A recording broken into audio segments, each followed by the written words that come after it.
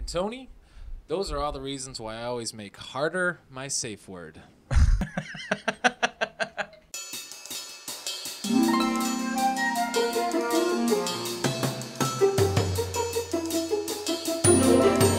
to another edition of Sweet Nothings Podcast with your hosts, Tony and Freddie.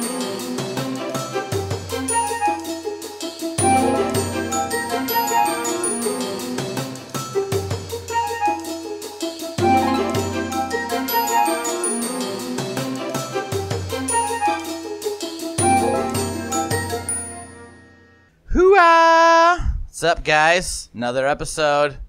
Loving it, hating it, however you're feeling. Sweet Nothings Podcast with Tony and Freddie, whether you like it or not. Guess you have to like it because you're still listening. I'm still Tony. And I'm Freddie Miller from Elyria, Ohio. And I've come to chase your women and drink your beer. And not in that order. I'm probably going to start with the beers first and then see how things go. And then do some lady chasing? Maybe. Depends on how many beers you have. You know what song I'm referencing? That song by Alex Bevan. I'm a skinny little boy from Cleveland, Ohio, come to take your women and drink your beer. No, I never heard that. I don't know who that person you gotta is. Look that up. Alex Bevan. He the best recording of it is on like a MMS recording from way back. And Alex Bevan, skinny little boy from Cleveland, Ohio. You never heard that? No. How long ago was that? I don't know. It's like early 80s probably. Oh.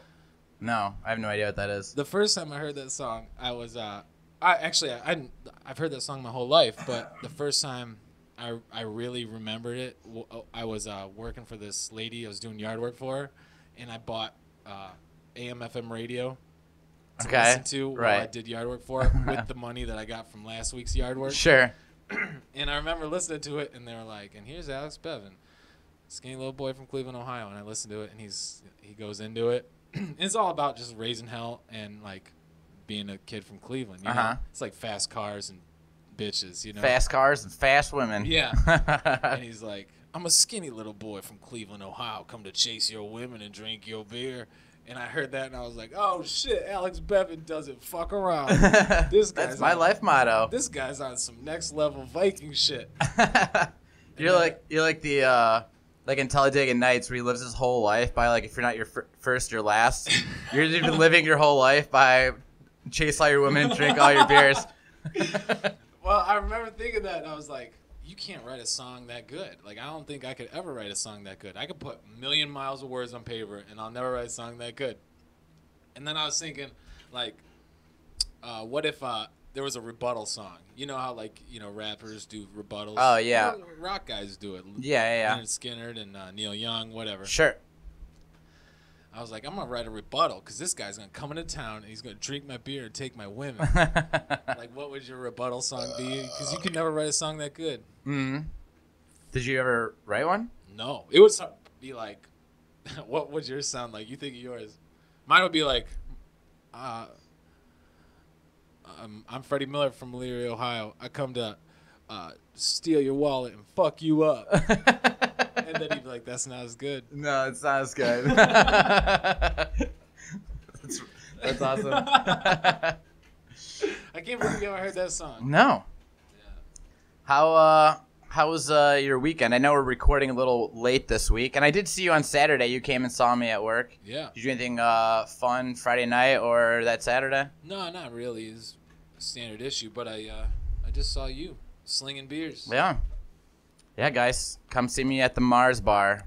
Yeah. In Lakewood, Ohio. Yeah. There's a great video on our Instagram. Oh, yeah. We have a brand new Instagram, no followers, so check that out. But there's a great video of Tony doing a little dance. What's the Instagram called? Sweet Nothings CLE. Okay, cool. Sweet Nothings CLE. So, guys, write that down. Open up your phones right now and start following us. Yeah. There's a great video of Tony dancing and pouring beers. I know you got a few of them. It's like Roxanne, and there was something else. Yeah, too. Roxanne Beat It, was maybe? a good I don't know. Yeah. Yeah. I forgot. I remember you did get a couple of them. Yeah. I met your wacky friends up there. Yeah, they are pretty wacky. Uh-huh. That was a good night. It was a great night. I think Friday I went out with the boys.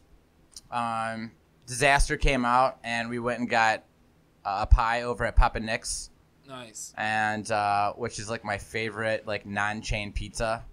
I don't know, it's just so simple and tasty, and it's a good sauce. Yeah. And then we went to the fun house and met up with like Timmy and a few other people, and then we bounced around like Mary Arts and Jammy Buggers and stuff like that. So I forgot to we should definitely bring this up. We were out. I met your buddy Nads. Mm-hmm. Good dude. Yeah. Right. I show up there, and I'm dressed appropriately for the weather. And what do I have with me? A long sleeve shirt. Oh yeah. Oh I'm yeah. a shirtful motherfucker. That's right? true. Tell everybody what you did. I gave Nads the shirt off my back because I'm shirtful fucking Freddie. You really did. Hell yeah. A little baby is being cold. Yeah, a little shivery asshole. And then you gave him a shirt. Yeah. As promised. Yeah. When I was at that bachelor party at Put in Bay, Mm-hmm. my buddy Chad gave him long sleeve shirts. Did you really? Yeah.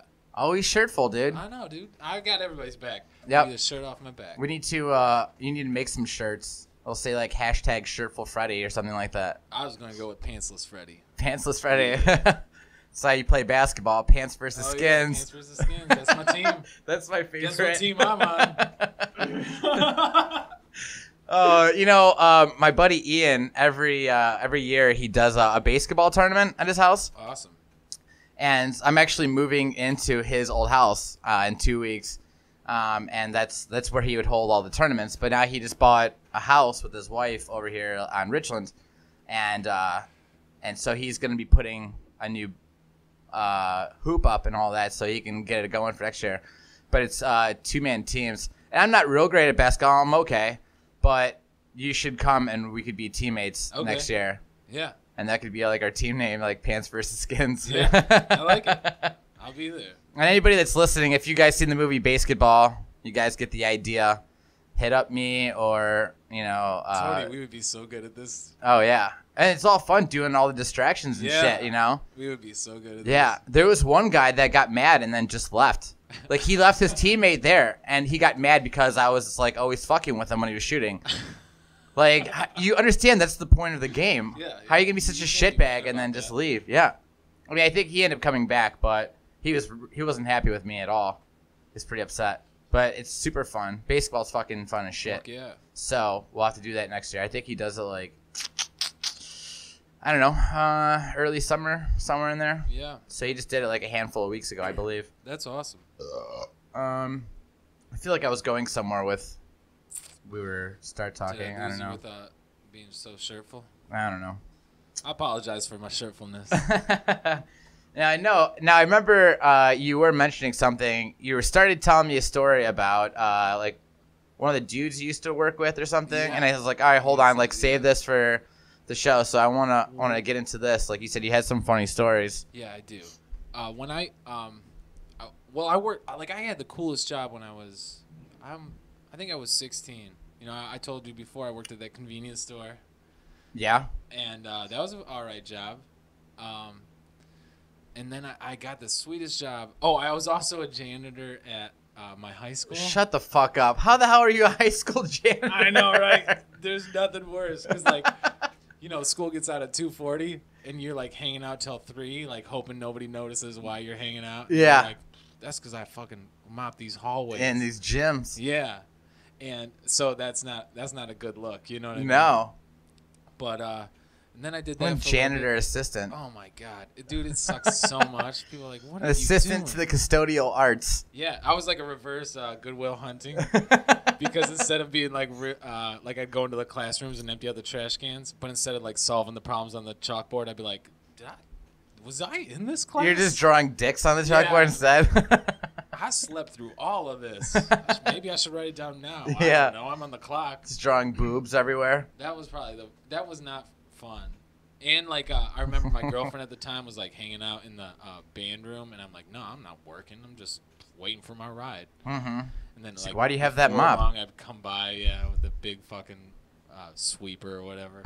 that sucked. But I got the sweetest gig for a high schooler. There's caravan cases. They build medical and musical equipment cases. Okay.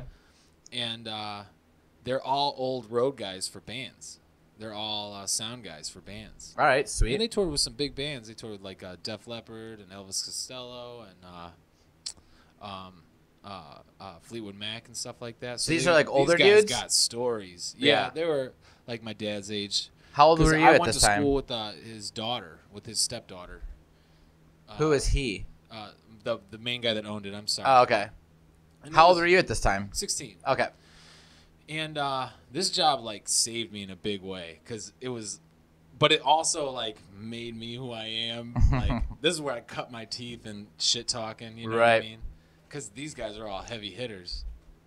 But there's one dude that worked there that I was just in Lorraine today, and I drove by and I wanted to see his house. I was like, "Where's he at? I want to see him. I might stop by because I like this dude so much." But this job really saved me because it. Like everything, my dad's disabled and kind of out there. Everything like that I missed in that, they tried to make up for. And I guess that was their point. They only hired like, kind of fucked up people. Right. And that's what I was. So it's kind of like a Big Brother program, but just like But old rock and roll dudes. Too. Yeah, and they're going to pay you. Yeah. Cool. It was great. And like they gave me a key and they're like, you can use the shop whenever you want. A huge shop. So I could play, have a little band practice there as long as I cleaned up and stuff like that. They let me make whatever I want. It was a sweet gig. That's sweet, dude. And I got to hear all these road stories, like they were on the roads for the majority of their lives. but so the guy that owned it, his brother is older and works for him. Mm-hmm. Is kind of a bit of a fuck up. Right. He was the best. His name is Larry, right? And Larry would do the craziest shit. He didn't really get along with his brother. And like the one, I just told this story recently, and I told it like this: we were sitting at the lunch table. It was lunch, and Larry goes and eats his lunch in the truck. Okay. And after we eat, we're all smoking cigarettes, and Larry comes in, and we're like, Larry, why don't you ever eat with us? And he's like, I'll tell you why I don't ever eat with you. And then he came over he unzipped his pants. He threw his dick on the table and went like this. And then he said, because I don't like cigarettes, I'd rather eat with a dick on a table than a bunch of cigarettes. and then as I was telling the story, I was like, oh, also I was 16. So you see a grown man's dick. Grown man just throwing his dick around. And he did this all the time. Like, he'd just, like, pull his pants down. Like, if I was talking to the boss, he'd be behind him, like, pulling his pants down, wiggling his dick at me and shit like that. Larry was crazy. No wonder why you have a fetish for dicks. We did we did all the road cases for Sheryl Crow. Okay. And Larry would bring in, like, every magazine article with Sheryl Crow. He'd be like, look at her. Just look at her. And then he'd start rubbing his dick on every road case. Oh, my gosh. gosh. I want to let Sheryl Crow know right now, Larry's dick was rubbed all over every case that you have in the semi-truck. There you go, Cheryl. You've heard it here first. But Larry was a good dude. That's hilarious. He made, like, work a lot of fun. And that job, like, really was the best. And even, like I treated them like my dad, like you would your dad. You know what I mean? Like I left there when I was like 21.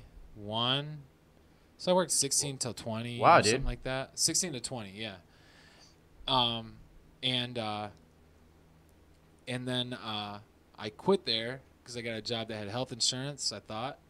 And then I went back. So I was like the prodigal son. And they're like, sweet. yeah. And all I did was have to go in and apologize, and he hired me right back. And it was like we picked up where we left off. But cool. It was a good family.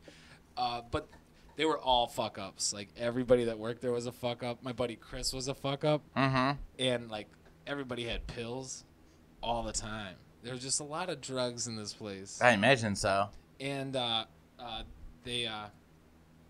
remember one day you cut out foam for the inside of these cases, right? Okay. And my buddy was cutting up foam, and he's goofy. He's on a bunch of pills, and I just hear the foam being cut. So it's like, and then I hear, and it's him pushing with his thumb into the blade. Oh my And God. he doesn't even feel it, and he's smiling the entire time. Holy fuck. What the fuck, Chris? He almost cut his whole damn thumb off.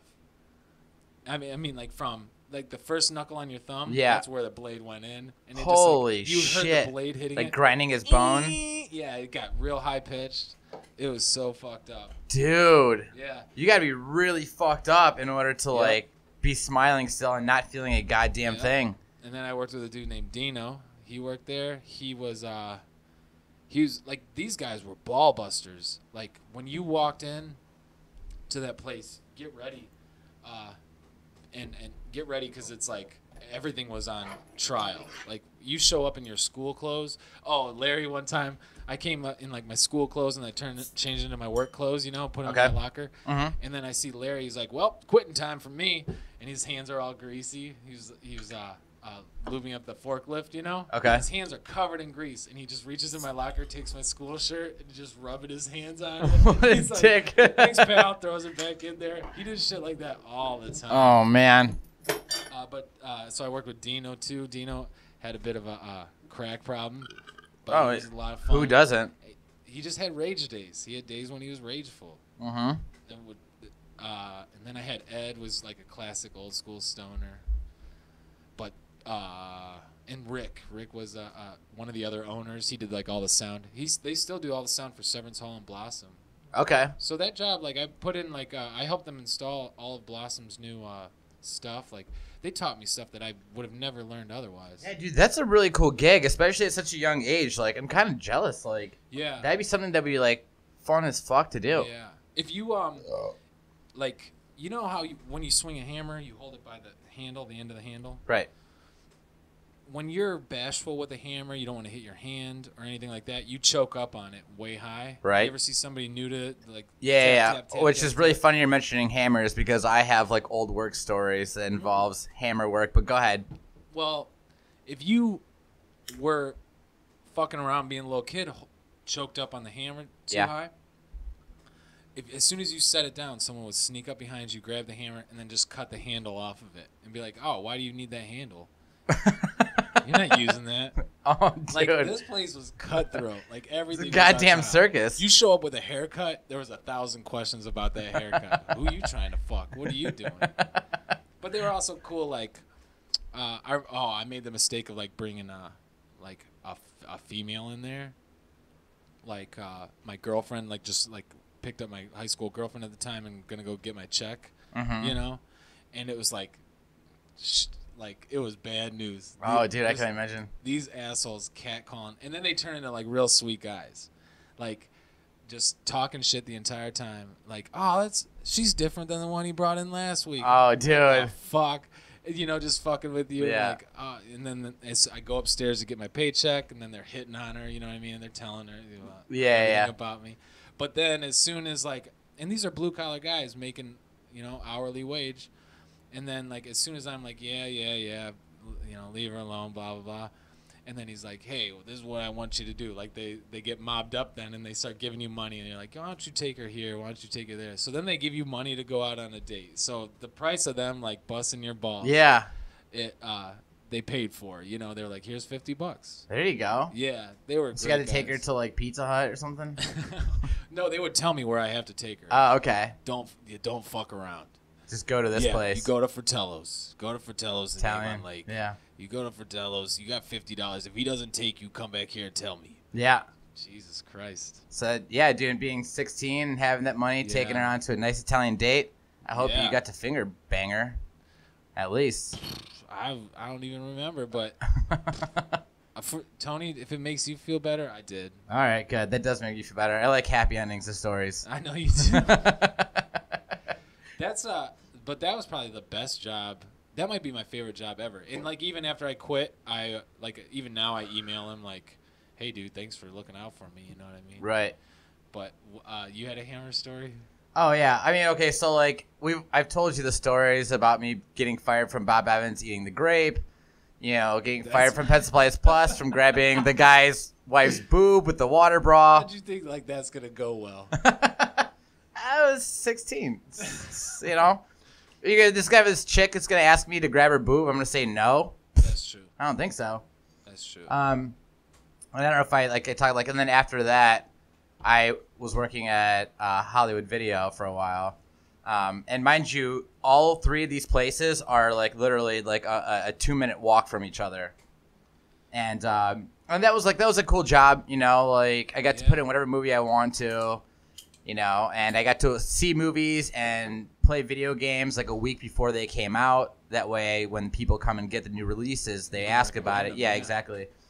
And you get to have like free rentals and shit. So that was like a cool job being at like 17. When I turned 18, I started working at this truss plant.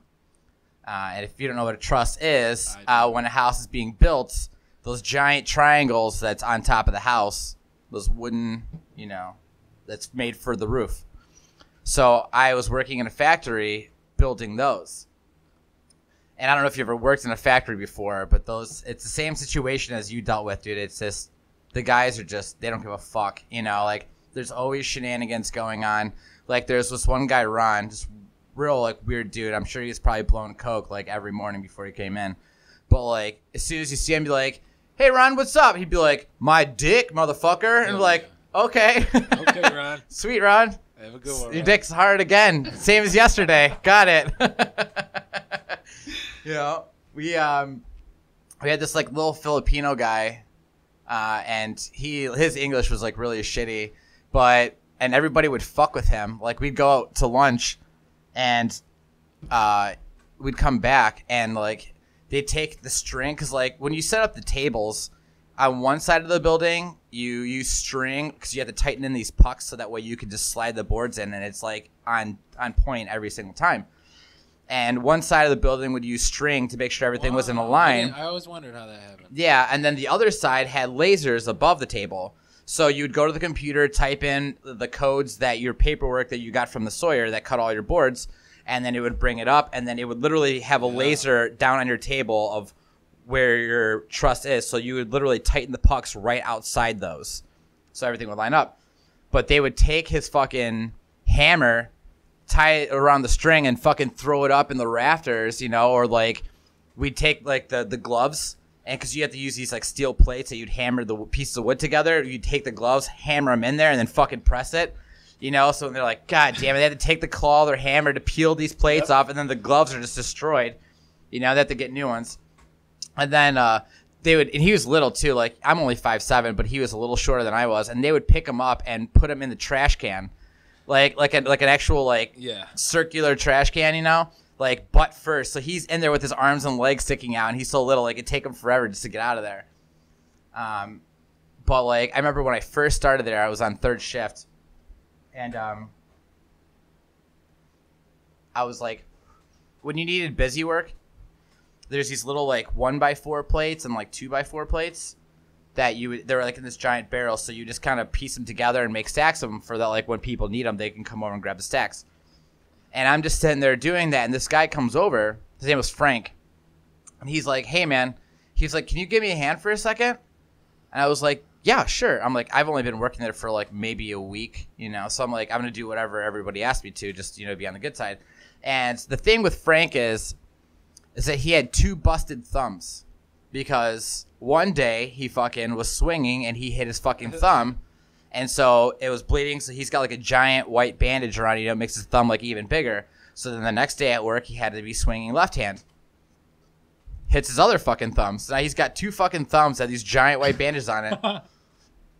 So as we're walking across the factory, Take a day off, dude. You're out of thumbs. yeah. As we're walking across the factory, and we start to go by like where the break room is.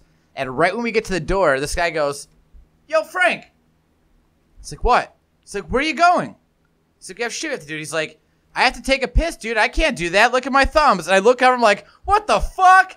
Like, you know, like, "Hey, you need you to come zipping under for me." I was like, "Fuck you, man." Like, he's just fucking with me, but still, I'm like, yeah, I'm like, oh, jeez.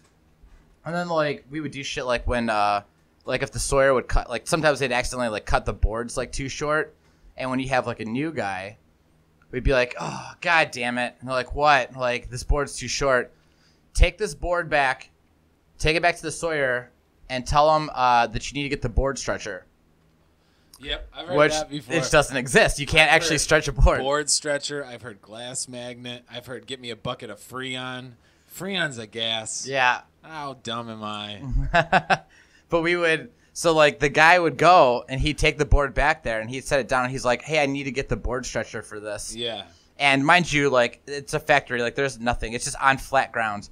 And then the sawyer would be like, oh, the guy driving the tow motor out back has the key. I gave it to him. It's in the basement. There's no basement. Yeah. So then this kid every factory. Yeah, ever. dude. And then the kid would go out to the tow guy, and then he's like, hey, I need the key for the board stretcher. And he's like, oh, I gave it to Johnny. He's inside. Yeah. So that kid would go to Johnny, and like, and then we'd even send him up into the boss's office, like our bigwig. And then he would go in there, and he's like, hey, I need to get the board stretcher, and you have the key. And then he would play along too. I mean, we're just wasting money. Yep. You know, paying this kid to walk around for like at least a half hour. Yeah. Like, we're not giving you health insurance, so yeah. this is what we're going to do. And so like, and the boss, he had like the high up office with like the giant glass windows like you see in the movies. Yeah. So they can look down and watch, you know, everything going on. So then like the kid would walk out of the office and then walk down to the next guy. And then you would look up there and you'd see our boss standing at the window, just being like shaking his head like, you motherfuckers. But then he's waiting to see where the kid's going to go next. I've fallen for all those. Yeah, I did too. I mean, you don't know any better when you're first starting. And then you know? I did it one time to a kid. My best prank ever. And I like this kid a lot too. But he was it was when I was managing a pizza pan. This was in Avon. Mm-hmm. Because that's how I got the gig out here in Lakewood. You were able to transfer? One. Yeah. Okay. But I kind of just stuck with both of them and worked 2 jobs. But there's this kid, like he's a 16-year-old kid and he thinks he knows everything. And he's a nice guy, and I try to help him out, and, you know. But I would go outside to smoke cigarettes when it slowed down. You know, I just go smoke and chill out for a second, and I would sit out there with my phone, and I'd be like, oh shit, I'm gonna call. And he fucked up a pizza. He fucked up a pizza order, and I was like, it's pretty close. Let's give it to him, and if they call, give them whatever they want free. You know? So I let it ride. I go outside, smoke a cigarette, and I know he's in there thinking, like, I fucked that up, you know? Right. So I call up, and I'm like, I'm talking to him, and I start bitching him out, you know what I mean? I'm like, what the fuck is up with this? Blah, blah, blah, blah, blah, you know? Bitching about the pizza he's made? And he's like, I'll get a manager. And I'm like, no, don't get the manager. Because you are the manager outside on your phone. And I was like... Who is the one that fucked it up? I was just in there, and I saw one nerdy little kid and one tall, handsome guy. And I was like... Hence the name, Handsome Freddie. Like, was it the handsome guy? And he was like, no. And I was like, well, then who was it? The handsome guy. And he was like... Ugh. I said, say it. And he goes, it was the little nerdy guy. He actually said it? Yeah. And I was like... I was just busting balls, and I was like... Only an asshole would do something like that. And I was like, are you an asshole? And he was like, no. And I was like, then why did you do that? And he was like, I was like, so let me hear you say it. Let me hear you say it. Say I'm an asshole. And as soon as he goes, I'll get a manager. And I was like, say I'm an asshole, and I'll hang up right now. And he goes, I'm an asshole. And then I opened up the door, and I was like, who's the asshole now? Oh, dude. That's so good. Yeah. It took him a while, but it took him like 2 hours of cooling down. He was all hot-headed, you know? Yeah. But after he cooled down, he was like, you got me good. Yeah, dude. That's fucking hilarious. So I gave like, everybody takes it and gives it at some point. Sure. And that's all part of, you know, work. You know, you have to do shit like that to fucking stay sane. Oh, yeah. You know? I remember when I used to cut lawns with shirtless Blake. Hell yeah. Yeah, when we were living at the Bunce house. And, well, actually, Blake wasn't living with me at the time. That was still when I was, like, living with my ex. And Blake was actually living with our boss. Okay, like, our boss, like, we all grew up together. Yeah. Okay, so, like, you know, he started doing this when he was, like, 17, you know, with, like, a push mower. Maybe 16, and now he's got this company, you know, like, huge company. Hell yeah. But when we were cutting lawns, when we were like, fuck, I don't know, 19, 20, something like that. And we were out working together, and it started pouring rain. So we called him like, hey, it's raining. He's like, all right, go ahead and head back to the shop. So on the way back, we're like, we got the day off, you know, so we pick up a fucking case of beer. And we go back to their house, and we're like downstairs in the basement, like playing pool and darts and just getting fucking hammered. And a couple hours goes by, and he comes home. He comes downstairs. He's like, "What the fuck are you two doing?" We're like, "Playing darts. You want a beer?" He's like, "Get the fuck back to work." We're like, "What do you mean? It was raining." He's like, "Look outside." We're like, "Oh fuck, it's like hot and like it's sunny." Yeah, dude. Yeah. We're like, "Well, it was pissing rain like earlier, so we came back." He's like, "Get the fuck back out there." And we're like, "Oh my God." So we're like, shit. Well, let's chug another beer. Yeah. And then we went back out there and started mowing. And like, at first it was nice because we're just like all happy and kind of drunk, like mowing lawns and stuff. But then as that starts to wear off and that heat, you start feeling like shit. I know. And those bags full of grass gets real heavy, man. And you're like so weak. Like when you're drunk, you're like, "Oh, I can't lift this. This sucks so bad." I mean, like drinking on the job, like there's a fine line you got to run of like buzz to drunk that you can't come back from. I've done that way too many times where it's like, oh, I'll do anything to get out of here right now. Right. Yeah, and that's what it was. We're like, well, we got the fucking day off. Let's get drunk. One time I hit, like I was working. Well, I guess we had to be at least 21 because we bought the beer. Oh, yeah? So that makes more sense. But still, yeah. I was working construction. I had 2 jobs at the time. I was working construction during the day. And my buddy's like girlfriend broke up with him. And he was all bummed out. And his dad owned the business. So we got a repair job, you know? Mm-hmm. So we're on the road and drinking beer. First he crashes his truck. Jeez. Yeah. And then he crashes his truck. And then when we get there, we really started laying into the beer. And then I hit my thumb so hard that I was probably like that dude that you worked with. Frank. I probably broke my thumb. But I know, like, I hit it so fucking hard. And my blood was so thin because I drank beer all day. Right. That I just gushing. bled like crazy. Yeah. And, like, we were hanging siding. So it's, like, fresh siding up this wall. And just, like, we had to hose off the blood from like, every piece I put up. It was just pouring down. Right. It was a nightmare, though. I remember, like, I was like, this isn't fun anymore. Yeah. It's not even lunchtime. This isn't fun. No. Yeah. That shit sucks, man. Like, and when I worked landscaping, I worked landscaping one summer. Everybody I worked with was a convict except the job boss. And they just hired me.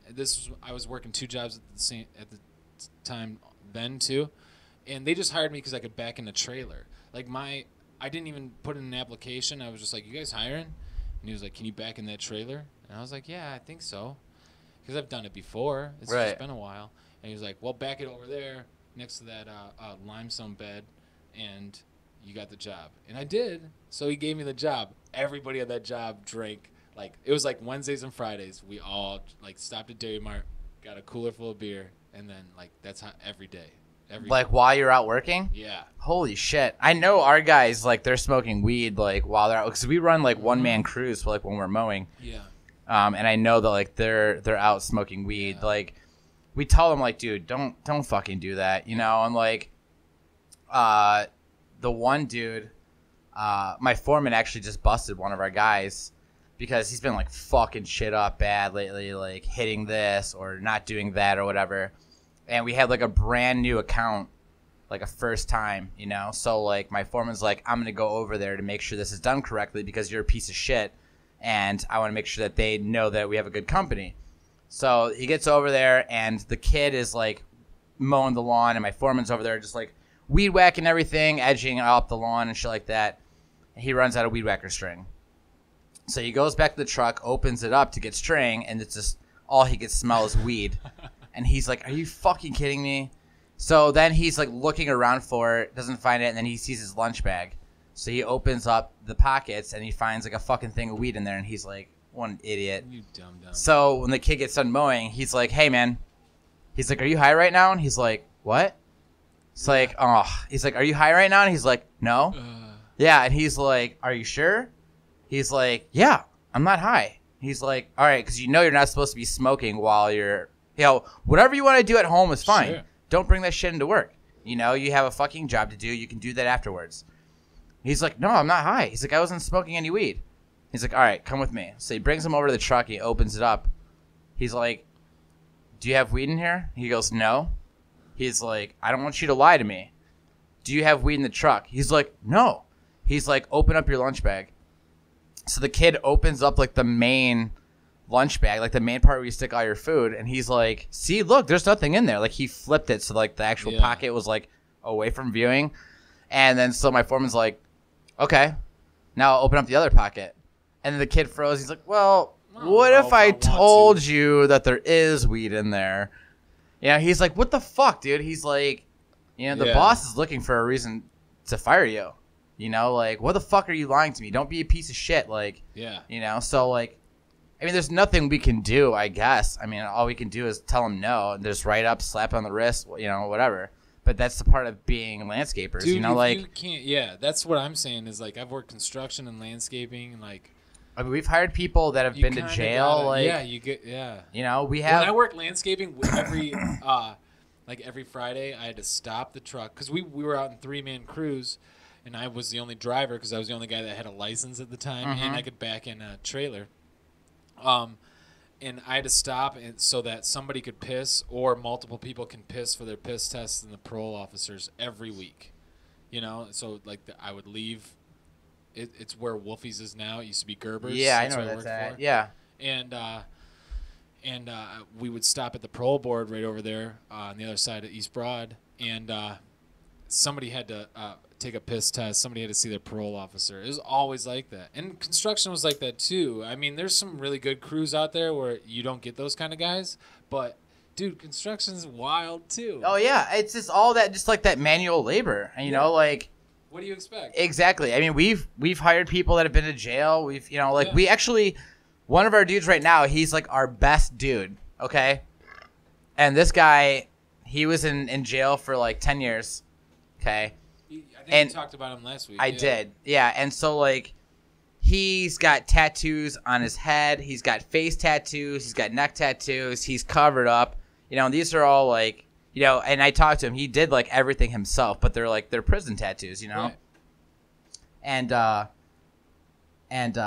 he's our best fucking guy. I get compliments. People call in my office and compliment how well he works. Sure. And it's like that blows my mind. Not that I don't expect him to not be a good worker, but the thing is that just looking at him, he could be very intimidating. You'd be like, oh, that thug.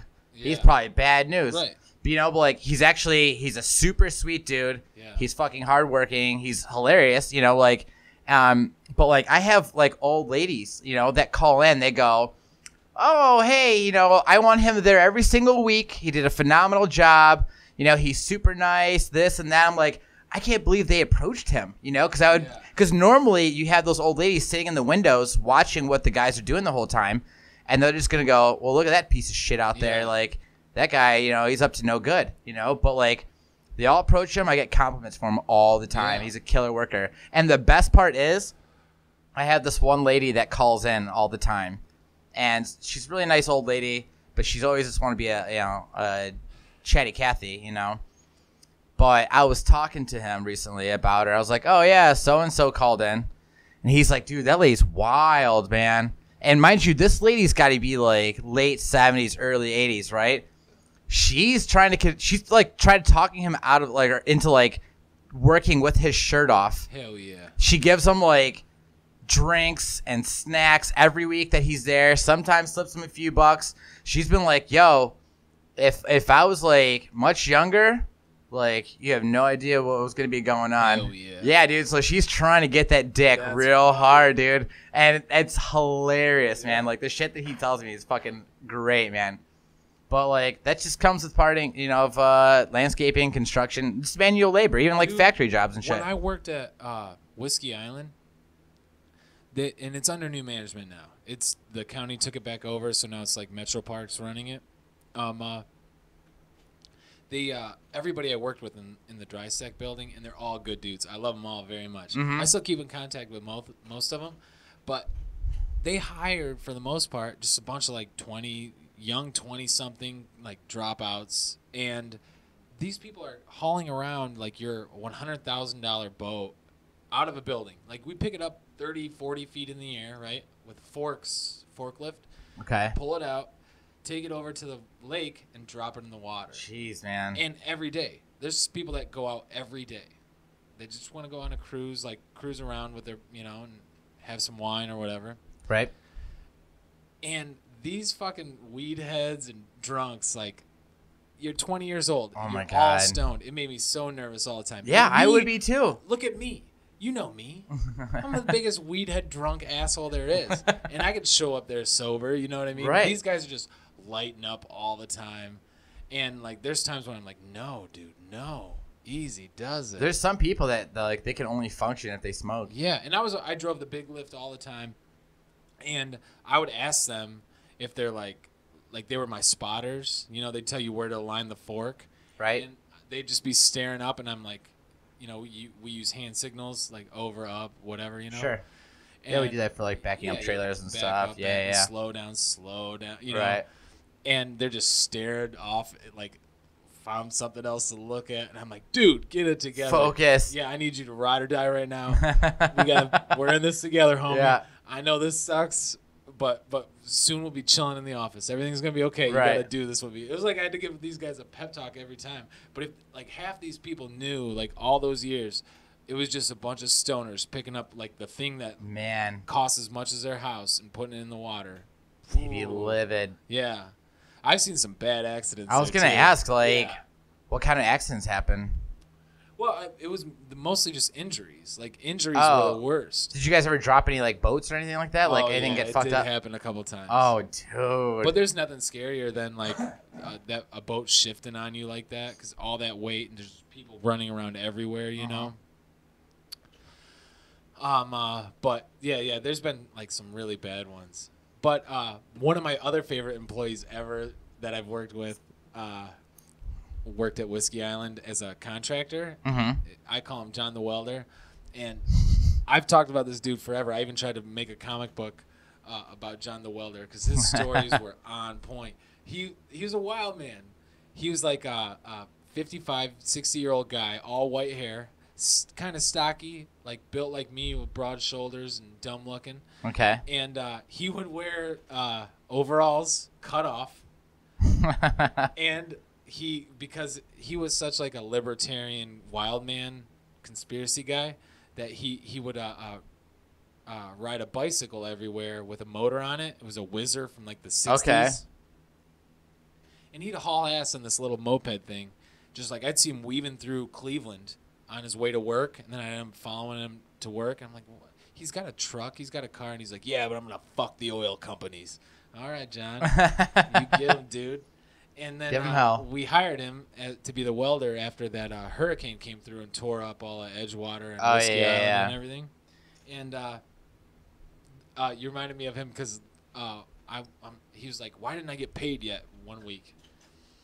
And he's like, why didn't I get paid yet? And I was like, John, let's go over to the office and find out, you know?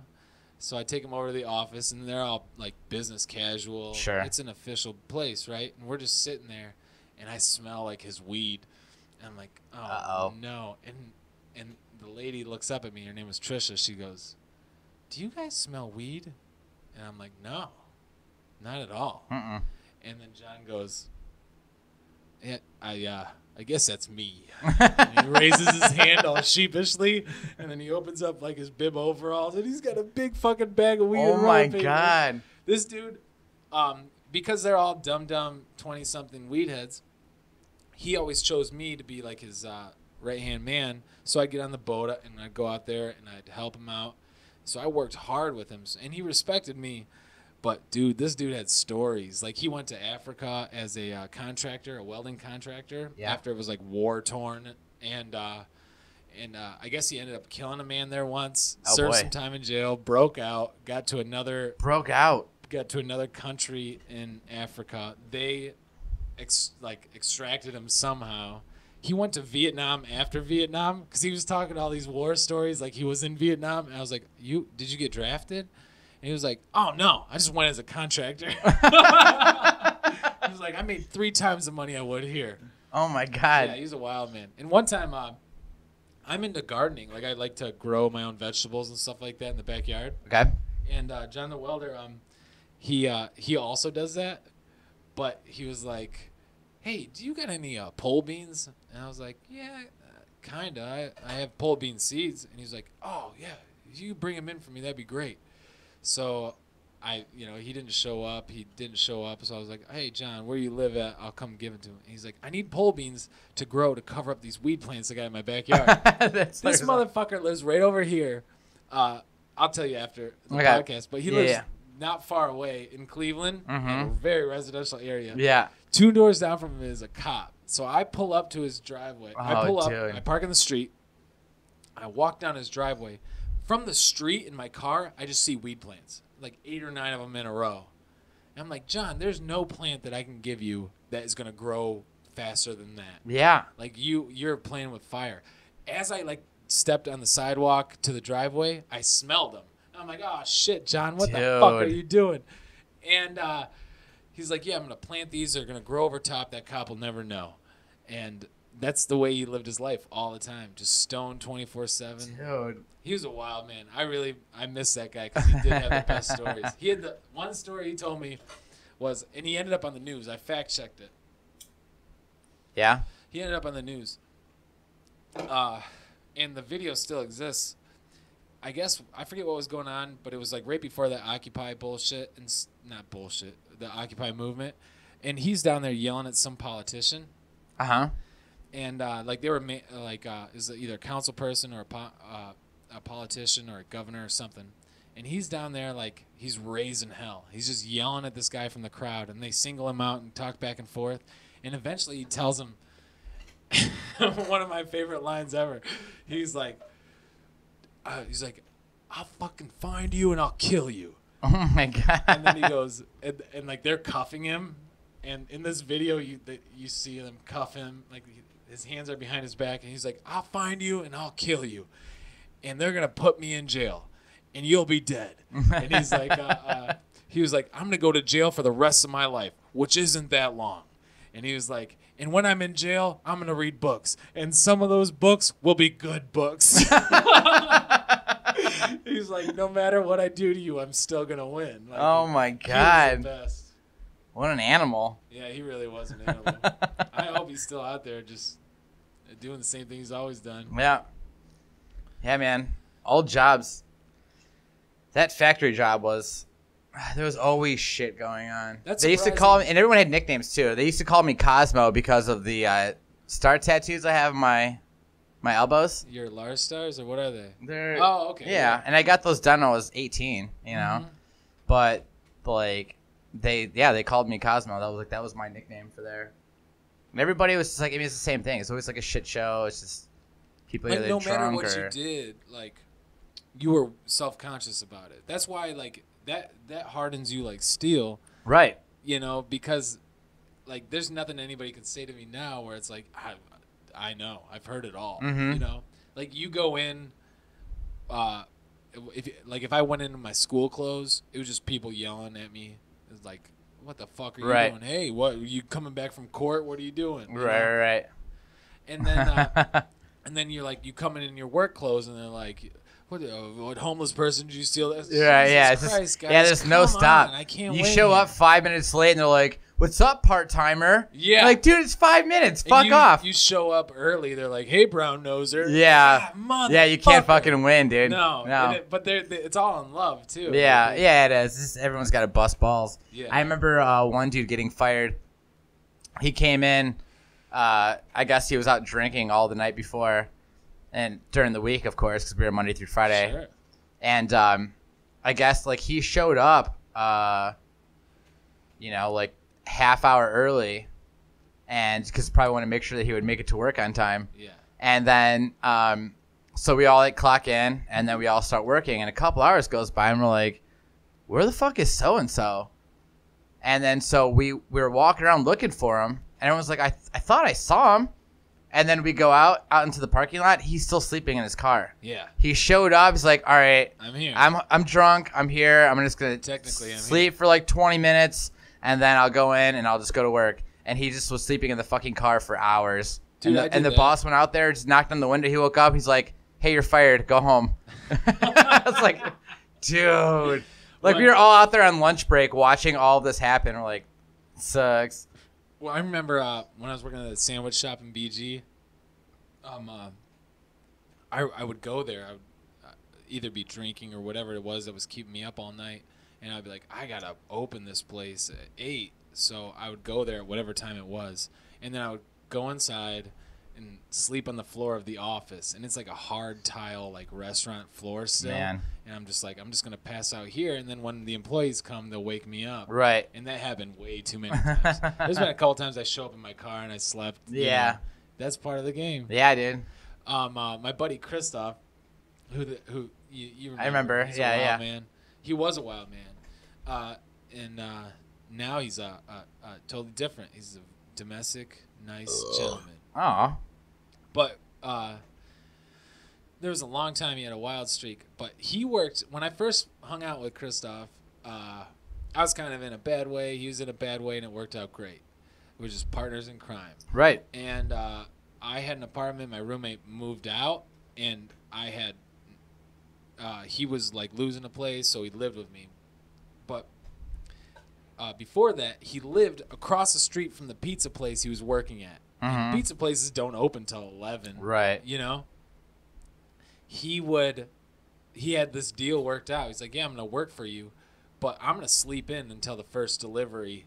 So most of the time, the first delivery's around noon. You know what I mean? Yeah. And they would go across the street, wake his ass up. Shut the He would fuck just leave up. his doors unlocked. They would come inside, wake him up. He would like pull himself together, throw his dumb shirt on, get in his car, and go deliver. Oh my That's god. how he lived his life for the longest time. Dude. Christoph is a wild man. I lived with him for like 6 months. We spent every waking hour together for a long time. He was just like a real good friend. Right. Like immediately, we were just best friends. And I spent 6 months with him.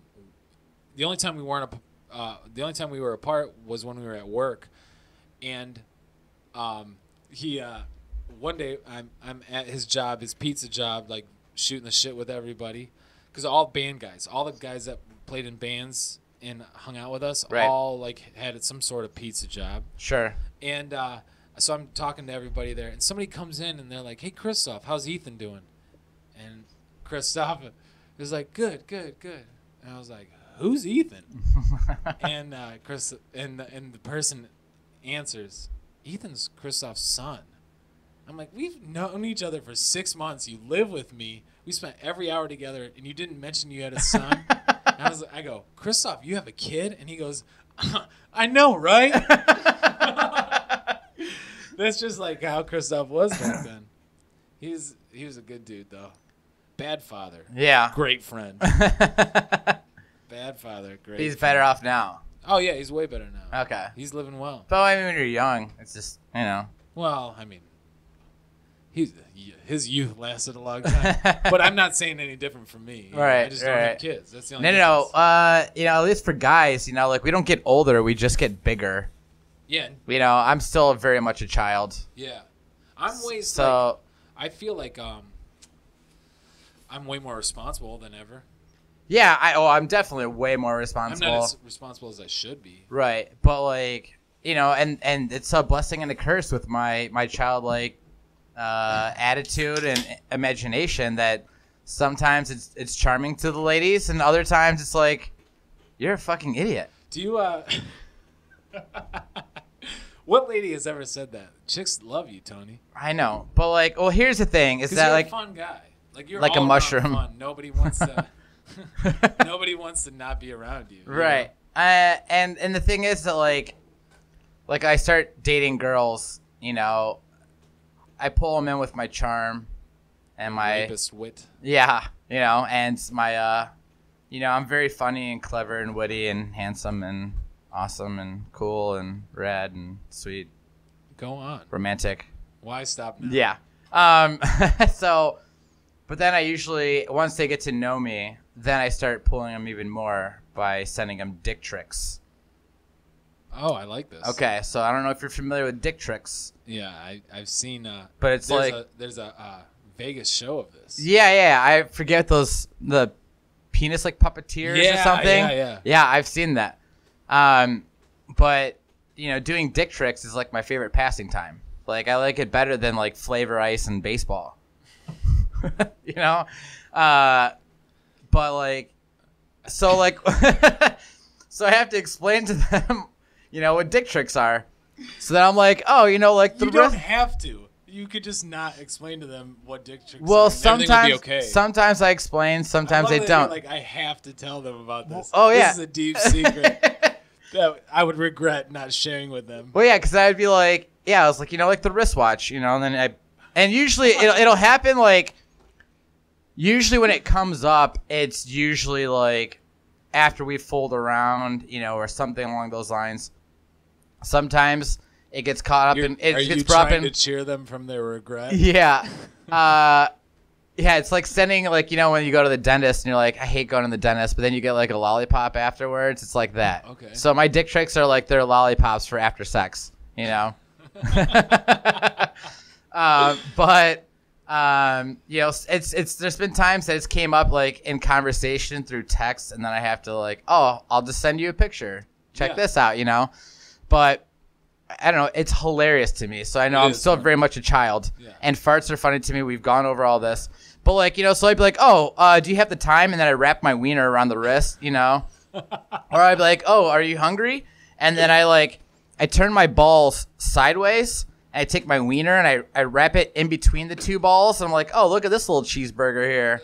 You hungry? You know? Or I'll flip the balls above the wiener and let it dangle. It's like, oh, we got a little snail. You know, and then what is wrong with you? I don't know. But then like a handful of years ago, I was at my mom's house, and she's like, "Hey, I need you to go downstairs."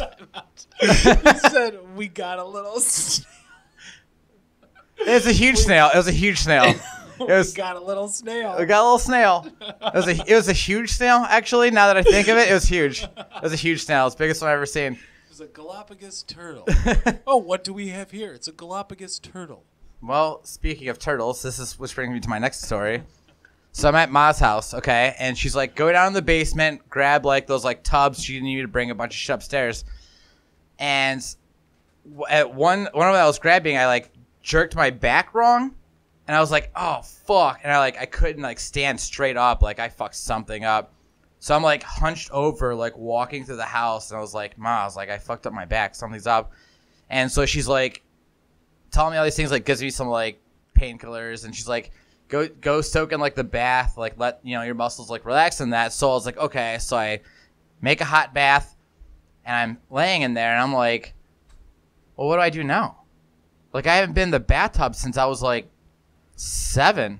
You know, and I had toys to play with, so I don't know what to do. So I'm laying in the bathtub, and I'm just like, you know, ping-ponging my balls together, you know. And then so then I pull my wiener up, and I have it like up against my belly, and I take the ball skin and I stretch it up, and I stop it right below the head of the wiener, and the balls form together, and it looks like a shell. So I was like, oh, new dick trick, the turtle.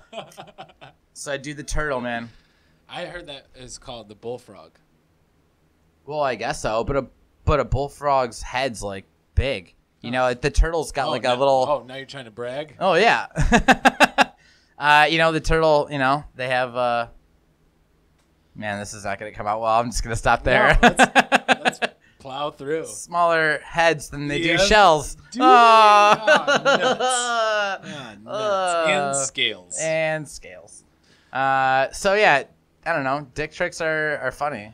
Absolutely. And that's, you know, that's I also love it, like your childlike humor and demeanor about you is funny, because I imagine a lot of your dick tricks are like you just showing off, like, look what I have that you don't. Well, the best part of having a penis is sharing with those that don't. I guess you're right. Yeah. Yeah. Whether it's showing off dick tricks or putting it inside somewhere, you know, that's the best part of having a penis. Did you ever see my buddy Christoph's tattoos? Dude, I don't know. If I did, it was like forever. Like he has the most ridiculous tattoos. And I only thought of this because that same pizza place he was working at, one time I walked in, and most of my tattoos are done by apprentices, like people like art school friends that are going to get their tattooing license, and they got to do so many hours, Mm-hmm. And so we got tipped off to one of our buddies was doing that. So we're like, oh, free tattoos. You just throw them a big tip, and Sure. you got a tattoo for cheap. Yeah, the house tattoos. Yeah. And I walk in there one day, and Christoph's at the mixer. Like, there's a big dough mixer at a pizza shop, Okay. It's a big industrial mixer. I've seen them before. Yeah. When we were back at the Buns house, my ex worked for Pizza Hut, and I took her to work one morning, and she's like, hey, can you come in and, like, help me open? And so, like, I got to be behind the scenes and see all that shit. So, yeah, I know what you're talking about. Well, and on the side of the mixer, there's a warning label, and it's like a hand with 2 gears caught in it. Mm-hmm. And I see Christoph, and he's over there with, like, a piece of paper, and he's tracing this thing. And I'm like, what are you doing? And he's like, I'm going to get this as a tattoo. Oh, my God. He didn't just get it as a tattoo. He got it as, like, a full, like, forearm tattoo. Are you fucking yeah, serious? It's like a hand with 2 gears, like, being mangled up. Oh, my God. But that's the best of his tattoos. Does he have it, like, is he on, like, Facebook, or does he have anything posted anywhere so I can see it? I'm sure I have pictures of him. I'll send it Okay. to you. Yeah, if you find it, let me know. I want to see it. We're going to have him in here to tell some of these stories. He's a sober guy now, and it's for the better, and reflecting on the stories would probably he'd really enjoy that. But, and there's some wild ones, but he his other tattoos include he drew this shitty picture of a heart, and it's like at a water pump, like an outside like well water pump, Right. and it's pumping blood out of his nipple. He's got a cigarette with wings and a halo in his chest. Oh, man. He's got a "Hello, my name is" tag, Okay. and like that's a big party thing. Right, of course. Everybody loves that at the party because they could write their dumb name there. Yeah. He's got nipples tattooed on his butt cheeks. So when he moons you, it just looks like 2 tits. Well, then when he goes to prison, it's going to be great yeah. for dudes to be fucking his And butt. you know him, you met him. He's like a pretty little blonde boy. Yeah. Blue eyes. Right. They're gonna love him. In like tiny little arms, right? Like Right. Well, he's not a strong guy, and he got Top Guns. Oh, logo. jeez. I mean, all of his tattoos are Just fucked up. super He's shit. got the Kool-Aid Man coming out of his belly. Sweet. Ugh. My one buddy Ray, he has Krang from Ninja Turtles. Do you remember like the brain that was inside that robot? Yeah. He has that tattooed on his God. belly. That's It's ridiculous. fucking rad, dude. It's Yeah. sweet. Yeah. When you see that, you're like, oh, no, that guy a beer. Yeah, dude, it's that guy a awesome. beer. Yeah, he was just in town just like a week or 2 ago, which is so awesome to see him. I love when he comes in because he lives down in Austin. Yeah. And like when I was telling that story about doing my road trip to California, I was planning on going down to Austin and seeing him and like my buddy Eric and Quaz and all them. But, well, you know the story, so I didn't make it down there. Yeah.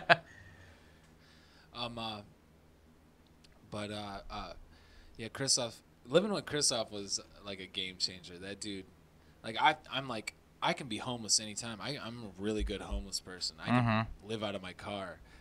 Christoph is the best at it.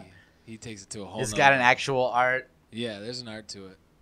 Yeah, absolutely. Yeah, no, I haven't seen him in, I mean, I don't know how long it's fucking It's been a while since I've seen him 6, either, 7 yeah. years or so, probably. Yeah, all those guys. It's so crazy. When I left Bowling Green, we all came back here.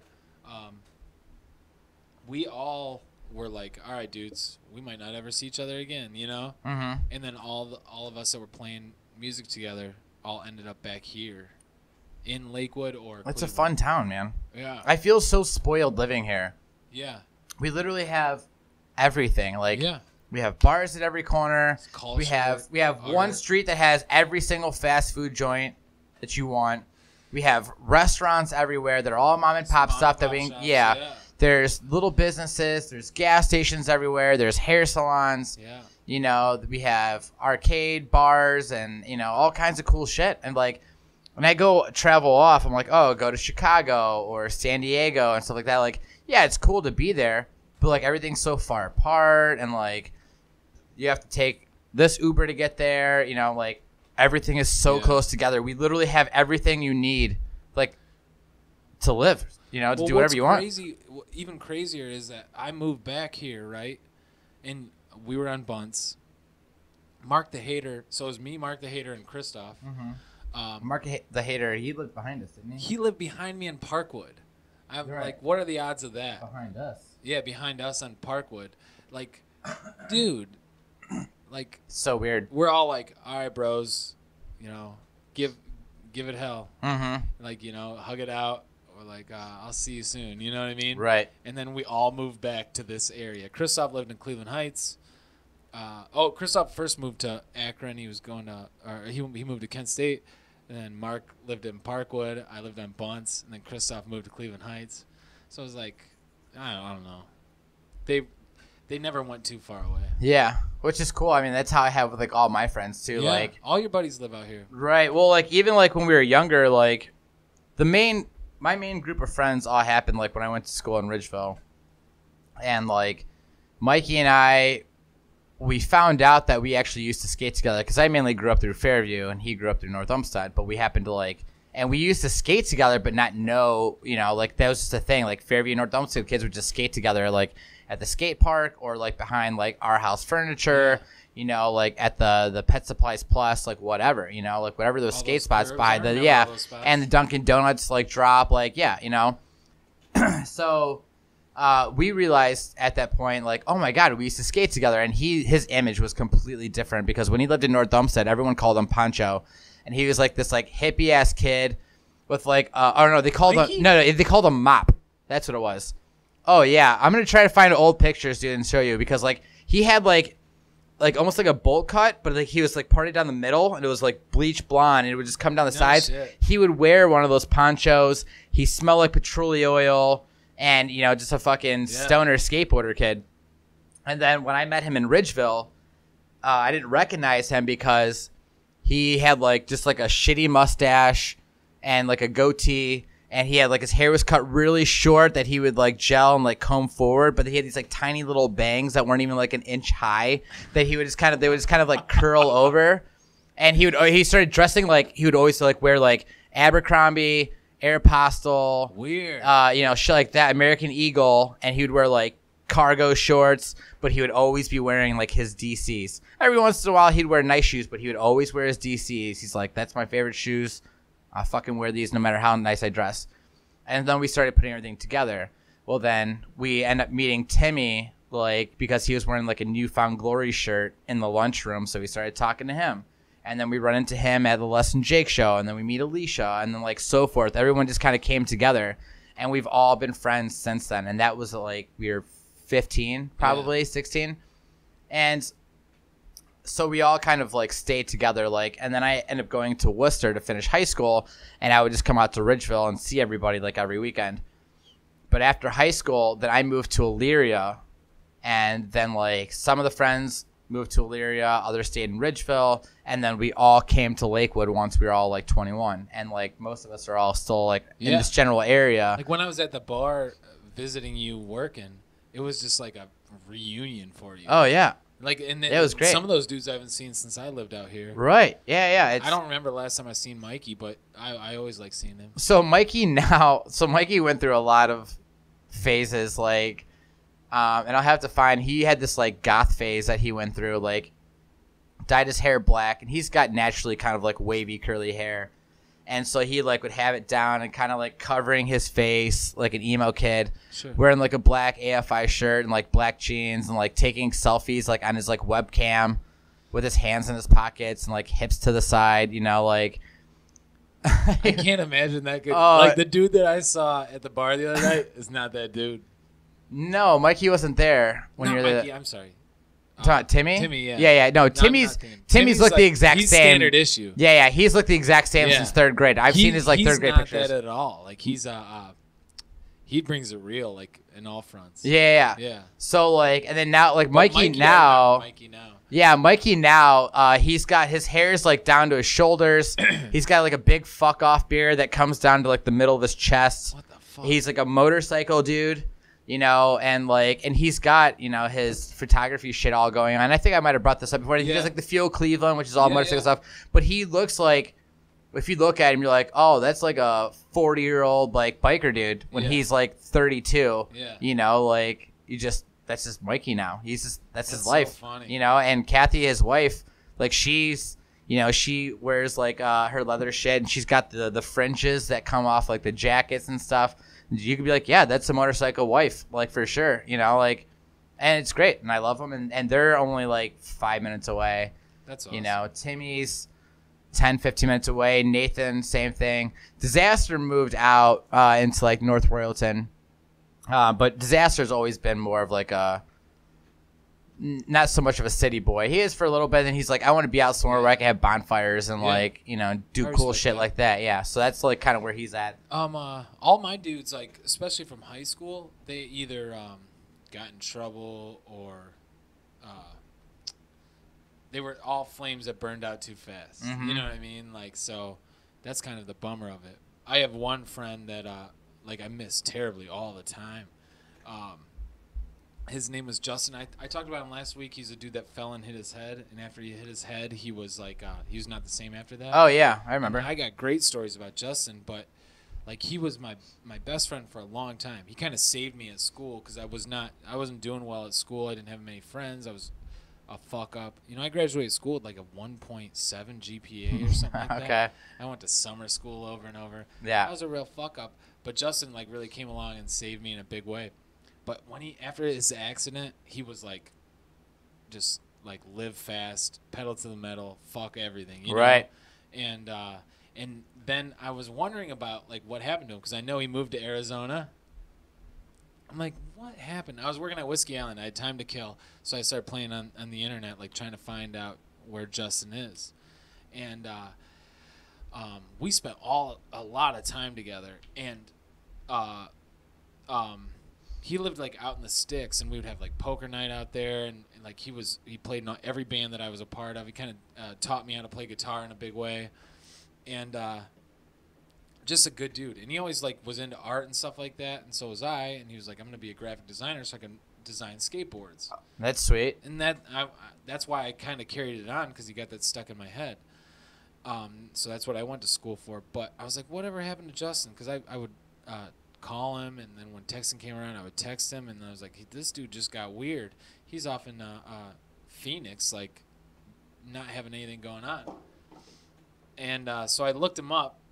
And I'm like, I gotta find out what happened, right? Right. Mm-hmm. So I found this craziest article of this dude, and he was always kind of, since his accident, he was always like doing like fucked up shit. You Right. know? He got a motorcycle and like I would ride motorcycles with him because I had a motorcycle license, or I had my temps. Okay. And it would just be like, I'm gonna make mine go. And I would borrow his dad's, or they had extras, you know. Uh-huh. He's like, mine goes 180 miles an hour, so I'm going to go everywhere 180 miles an hour. Dude, that's too fast. That's way too fast. Dude, I get nervous when people are driving their cars at 100 and I'm in the car. Have you ever been to French Creek and Like Avon?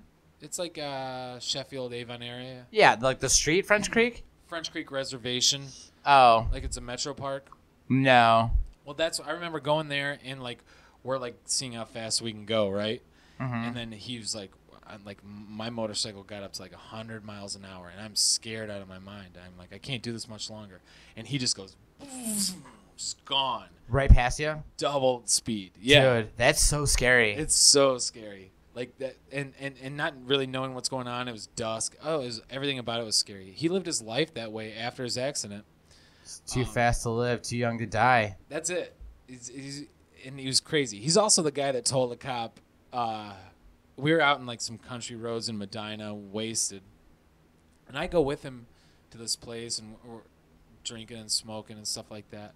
He like finds some runaway chick that he's gonna go spend some time with. Okay. And I'm stuck on the couch, and there's this other chick. She's all into me, but I think she's creepy. She looks like she's way too into Marilyn Manson, and I don't want anything to do with it. But I'm falling asleep.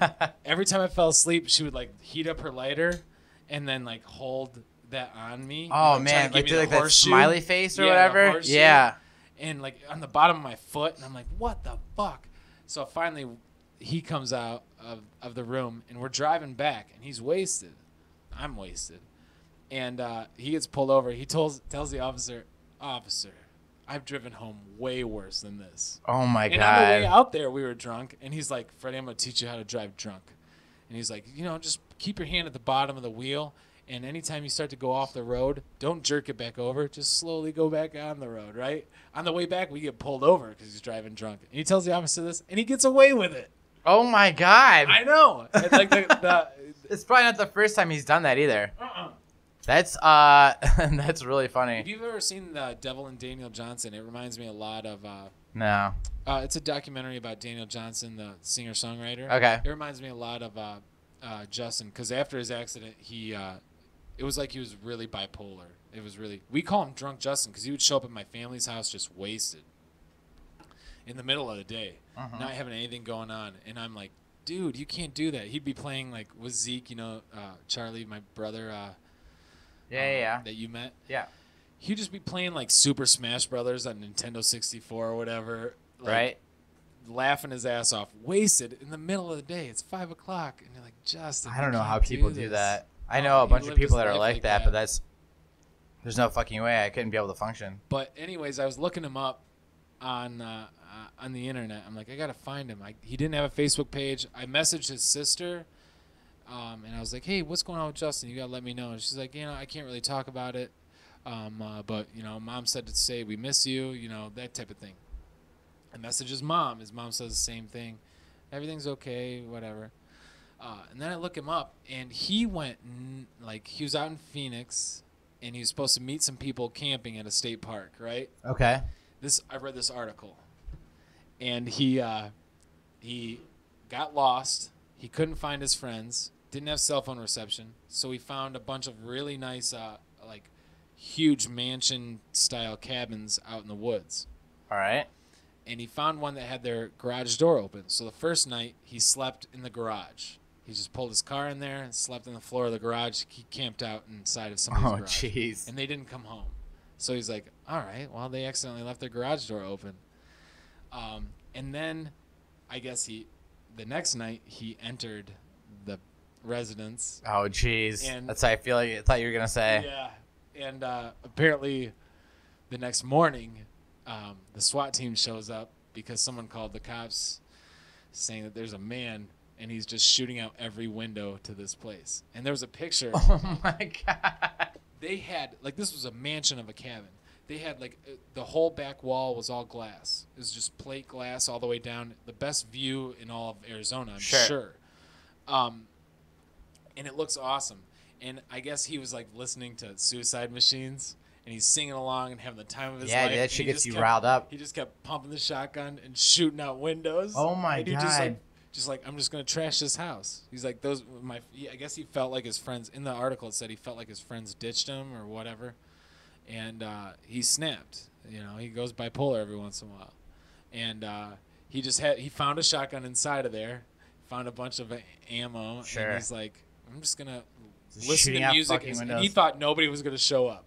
He thought he was like, I'm just going to do this out in the middle of nowhere and get in my car and go home. Right. And I guess as the SWAT team had said, the tanks were pulling up and he's singing at the top of his lungs. Oh my God. Shooting out windows. And as soon as they hit him with some sirens and they communicated with him on the bullhorn, and he came out in the back deck and was yelling at them, and he was like, no, I don't mean any trouble, whatever. Yeah. But yeah, that's what happened. So he was in Since jail, then I take it. He was in jail and then a mental hospital, and then he's not even able to really talk on the phone. And if you watch that Devil and Daniel Johnson, it's just like him. I think he's on a lot of mood stabilizers that kind of take his personality away. Okay, so. gotcha. But yeah, those are my guys from back then. I'm the last man standing, I think. Yeah. Speaking of, someone brought this up not that long ago, which I kind of forgot all about. And I feel like this was a story, when you're in junior high school, that got passed around to, multiple schools. Did you ever have a story about Hot Dog Girl? I don't think so. Okay. And maybe some of you listening might know Hot Dog Girl. So Hot Dog Girl... I call her Allie. That's my sister. So Hot Dog Girl was the story of a girl that was masturbating with a hot dog and it broke off. Oh, I've definitely and it heard got this. stuck. I've heard this. Yeah. Right. So it got stuck. She couldn't get it out. Had to go to the hospital to get it out. Right. That's the story. It was like full of maggots and everything crawled inside. Well, of her. I mean, that's how rumors get passed. You know, I didn't hear all that. Yeah. But and then like that was like a thing. But like 6 or 7 years ago or so, I'm pretty sure one of my buddies was dating the so-called hot dog girl.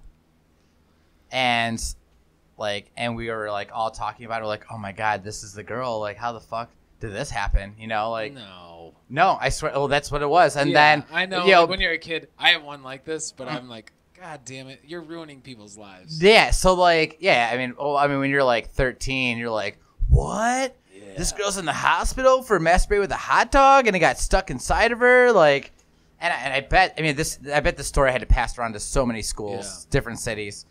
But I remember like one time somebody asked her like just full on blunt, like, hey, so what's the story of you possibly being hot dog girl? And you could see like her face like sink, you know? And she's like, yes, I am the proclaimed hot dog girl, but that actually never happens. That was spread rumors from other girls. Was Kabasi. Yeah. But that would have broken off. Kabasi's got a tough skin, man. I could barely fucking cut that shit with a knife.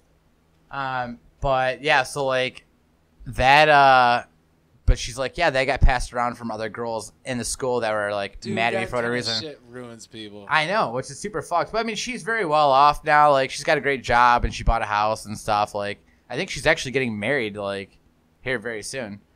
But when we were talking earlier, it reminded me of like old school time like rumors, you know, like because also since it was like brought up like not that long ago, I was like, oh my God, I haven't thought about this in so long. I forgot all about it. There was a dude that worked with me at that same place that made cases, you know. Okay. And he was just a misfit high school kid, and his rumor that was started about him nefariously is that he was at a party, he was drinking, he was horny, and he fucked this guy's dog. That was the rumor about him? Everybody believed it. Right. This kid fucked a dog. And I was like, no, I know him. He didn't fuck a dog. Right. And now I'm talking to like, he was a couple years below me. And I'm defending this guy who I don't even really like. He works with me, but I'm like, I don't even like him, and I'm saying he didn't fuck a dog. Right. Like you're just asshole teenagers. Yeah. But dude, that stuck with him forever. That shit sucks, man. I know. Like, I'm happy that I never had like a rumor about me. Right. You know, Dude. I felt so bad for this dude. Like I've like a couple years ago, I'm talking recently, I've met other people and I was like, oh, you know him too? And I was like, I just want you to know he didn't fuck a dog. And they were like, yes, he did. Oh my God. My cousin was there. And I'm like, no, your cousin wasn't there. No, yeah. No. And if he was at that party, that didn't happen. He didn't fuck a dog. And I was like, I know this dude. He didn't fuck a dog. Yeah. There's a lot of terrible traits about him. And he's a weird dude, but he didn't fuck a dog. Yeah. I remember a buddy of mine, his sister was living with this girl, and there was a story that got passed around about her of that she went on this date with this guy, and he was a mortician, like embalming the bodies and all that shit. Yeah. Like doing like the makeup and like all that shit you have to do, And so then like they're out on this date or whatever, and they're getting drinks, and they went back, and then like she was like blowing them and all that stuff. And then apparently like she got this like rash or whatever, which then like broke out, and like there was like maggots and all this shit like crawling out of it because it was so infected. And all because finding out that he was having sex with the dead bodies, and he had a dirty dick, and she was sucking on it. Which obviously that's not true. But when you're a young kid, you hear that story, you're like, oh my God. So then you tell your friend, you're like, so I just heard this story, like. The thing that sucks is that we attach names to them. Yeah. If we just said, my buddy, he was fucking this chick. You know what I mean? You're right. And didn't have any names. Fucked a dog. Yeah. Or this then it would just be more of like a crazy story, and no one would know. Yeah, like, but you know, these people got hurt. Like, yeah, that shit sucks. Yeah, I don't like that at all. I don't either. I mean, being a teenager it's nuts, man. It's hard. Do you remember? Like the first time you ever fingered a girl? Or like did stuff? I do remember like messing around the first time and being like, "What is this about?" How old were you? No, that I don't remember. I don't know if I repressed them or what. I just remember Father Michael's strong hands on my shoulders, and him breathing with whiskey breath into my ear. That's it. Well, I'll give you a second to try to think about that. Do you have something along those lines? I do. So, let's see. This had to be 97, 98. So I had to be like 12, 13. And the girl across the street from me. You said uncle wrong. She lived across the street from me, and she was in my grade. Like we've known each other since like 3rd grade, and at this time we're like 7th or 8th grade. And you could tell that she was like, you know, this is gonna turn out good for her growing up. You know, like her mom had her at like. You had some suicide girl. Her mom had her at like 14. Oh no. You know, or like 16. I think it was like 16, and her mom was a cop. Her dad was just like real strict dude, but like she would always be like teasing me, you know. And at that age, all those hormones are just going through me. I'm like, I have a hard dick 24/7, you know. And so one night we're hanging out. Like my house was like the front porch that everybody would hang out at, and so like even like when I wasn't home, like I would be out with my parents somewhere. We'd come home and there's like kids like on my porch, like waiting for us to show up. Like everyone loved hanging out at my house. Everyone loved my mom, you know. And at the time, my mom worked for Bonnie Bell, so she would bring home huge boxes of chapstick and lip gloss and all that. Yeah, and like all the neighborhood girls. Everybody had a friend who was a Bonnie Bell employee, and all the girls would be like, "Fuck yeah!" and like taking all the shit. So like it's like nighttime. I don't know. There's me, this girl, shirtless Blake, and my cousin, which is a girl. Were you in Ridgeville? No, Fairview. Fairview. Yeah, I've known Blake since we were like 3rd grade. Yeah, we met at like flag football. I was just wondering because everybody I know, like Bonnie Bell employees, like were North Ridgeville. Or gotcha. No, we moved to Ridgeville like years later. So it's just us four like hanging out. We were playing cards on my porch. It's nighttime. It's in the summer, you know, 9, 10 o'clock, whatever. And then at some point, this girl's like, "Hey, we should play Truth or Dare." And we're all like, "Okay."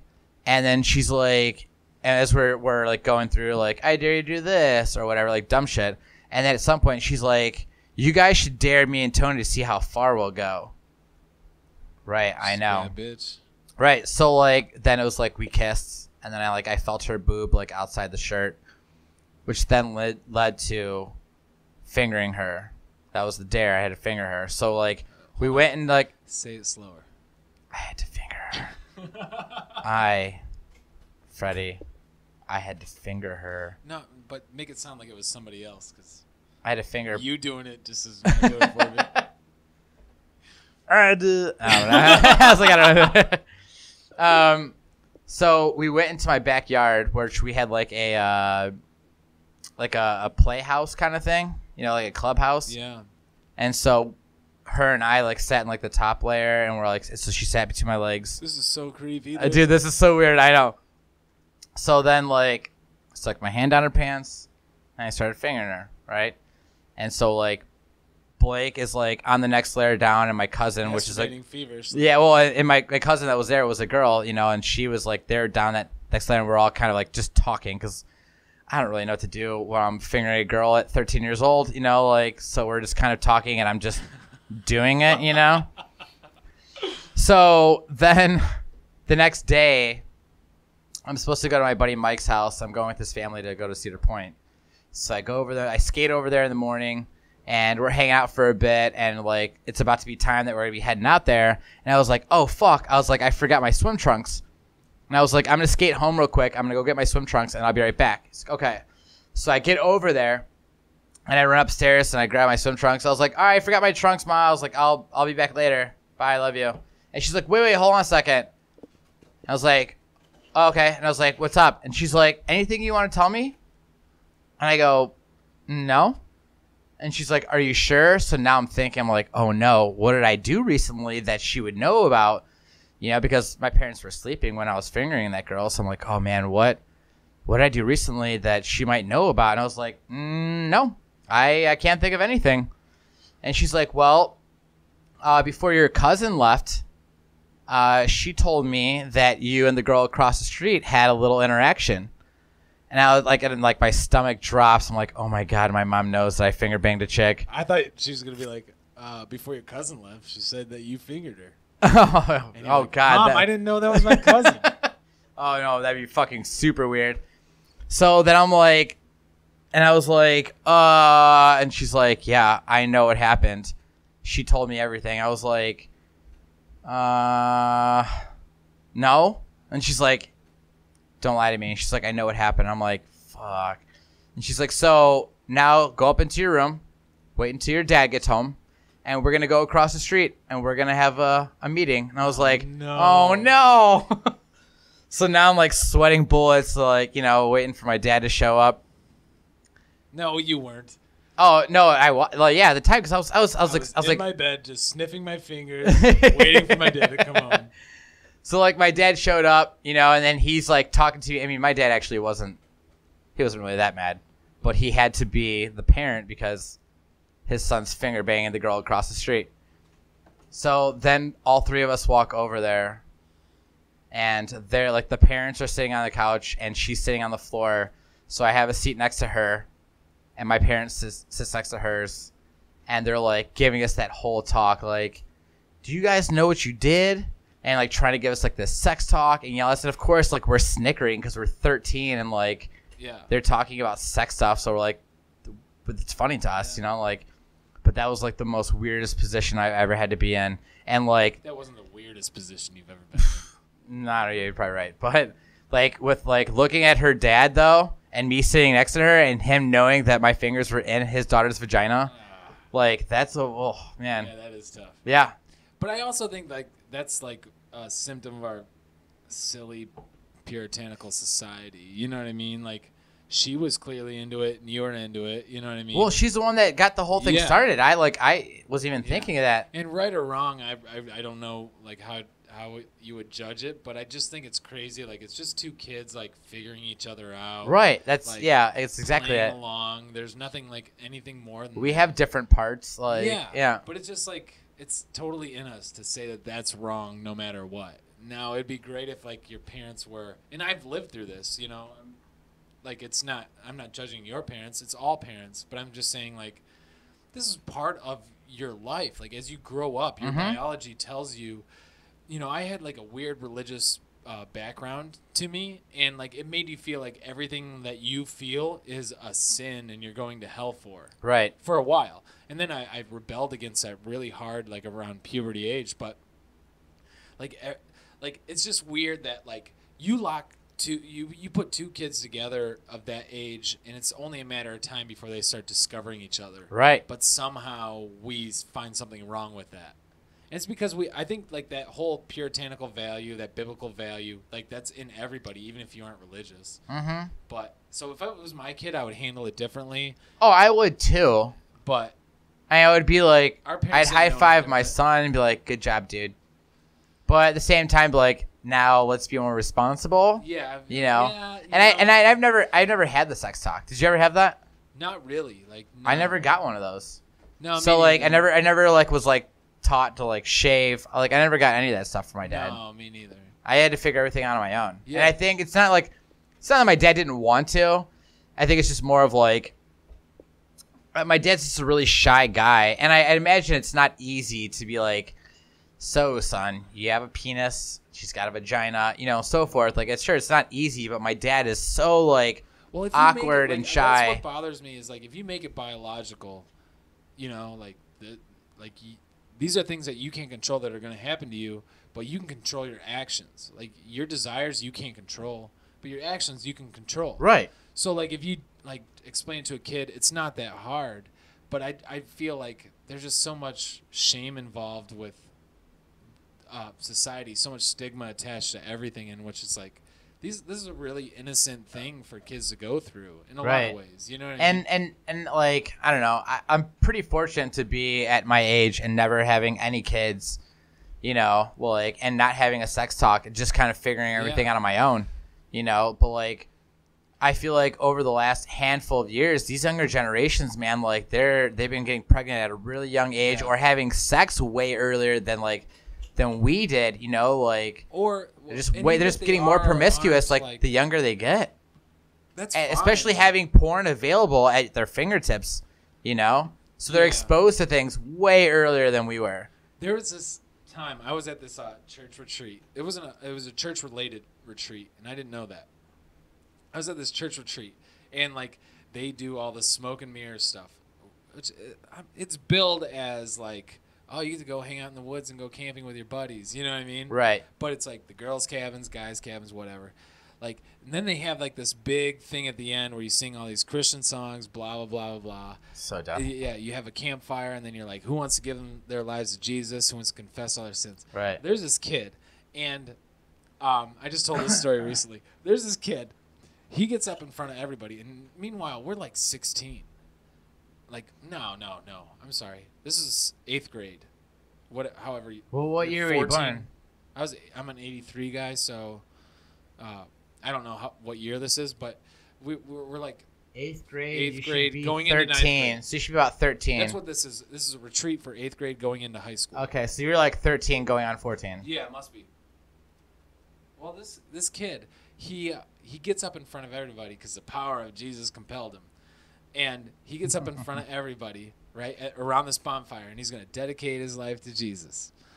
And meanwhile, I'm just like, my eyes are huge, and I'm like, this is creepy cult shit. Yeah, that's fucking weird. Fucking weird. I got to get out of here. This poor bastard gets up there, and he talks about his addiction to masturbation.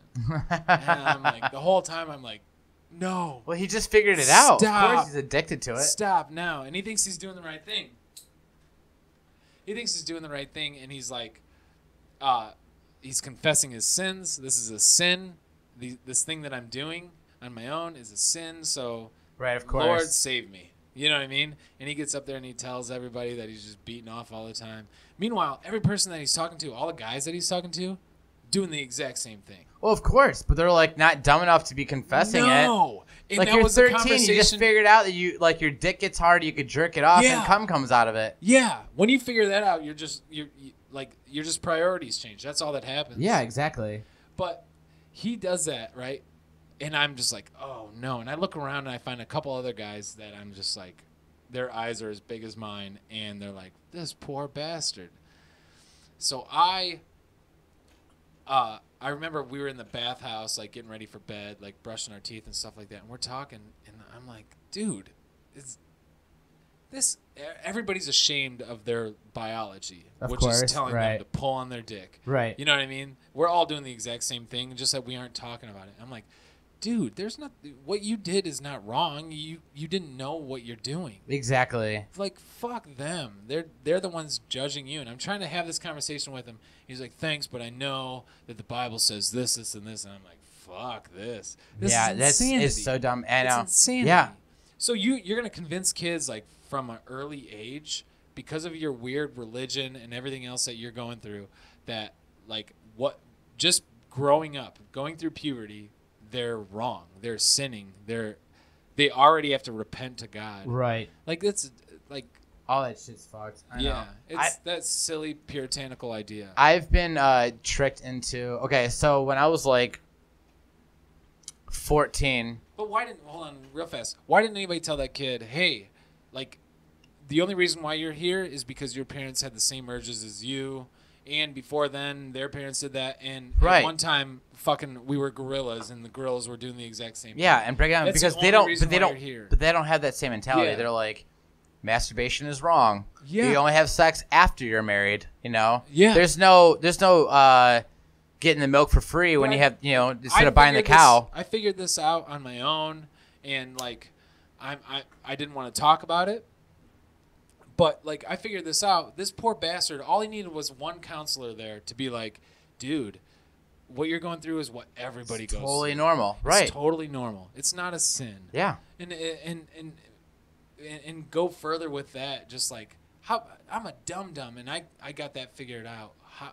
How did everybody? How are you guys getting fail suckered into him? it? Yeah. Everybody failed this poor bastard. He gets up in front of everybody, talks about jerking off, and the rest of us snicker, pretending like we don't. Right. I go into the bathhouse, and I'm like, yeah, you're doing what all of us are doing. We're just pretending like we're just yeah, not telling anybody else. Yeah. You're the fucking idiot that's Yeah. telling everybody. Now everybody knows you jerk off. Well done, dude. Yeah, nice going. Like Ruining it for all of us. Yeah, you're not sinning. It's just part of your life. Yeah. No, like I've never been a religious person. Like my mom would make me go to church with her, like when I was younger, of course, you know, like. But like just the whole religion thing never really did anything for me. And I went to Catholic school all the way till 3rd grade was my first year at public school. But like when I was like 14, there was a card shop that was in Fairview called All American Comics and Cards, I believe. And they used to have like a blown up like Spider-Man that would sit in a chair like right outside the shop. And I would go up there and I would buy like Marvel cards and shit. And then like I started realizing like a bunch of my friends would like hang out up there. So then I started doing the same, hanging out with them up there, you know, like killing time because, you know, I don't have anything else better to do at 14. And then the guy that owned the place, he's like, hey, he's like, do you want a job here? And I was like, yeah, cool. And he's like, yeah, he's like, you could sit here at the register when people want to buy stuff. He's like, oh, should I do it? So like I was working there for a little bit, like selling cards and comics and shit. And do you remember the Go-Go's? Or no, they're called Crazy Bones. They're like these little plastic characters that are probably like maybe like an inch tall. And they just had different faces and characters and stuff. And like, I think I do. there would be different games. Yeah. So it was like the new Pogs, clear basically. acrylic type Yeah, thing. there would be sparkly ones, solid colors, Yeah. clear, whatever. And that was like the new Pogs during that time. And like we would have like tournaments like on Saturday mornings, you know. And then I started to realize and find out that the guy that owned the shop also ran a youth group. So he asked me, and he's like, I used to skate up there all the time, and I had a maple board, and the maple logos was that little leaf dude. Yeah. So I had the Angels deck, which is the little maple character, like up in heaven, laying on the lap of like all like, I don't know, 12, 15 angel chicks that are wearing like bikinis. Oh, I love that. Yeah. Right. So he's like, why don't you paint your deck? And I was like, why would I paint my deck? Like, I just got this like 2 or 3 weeks ago. He's like, no, it'd be really cool. Like, you could paint it like a really cool like blacklight color. So like, you know, when it's under blacklight, it'll glow. And I was like, I'm never skating anywhere that there's black lights. Like, that makes zero sense to me. And he's like, well, don't you think that having all these girls like in the bikinis? And I was like, that's why I bought it. Like, I'm 13 years old with a hard dick. Of course I'm going to buy this deck, you know?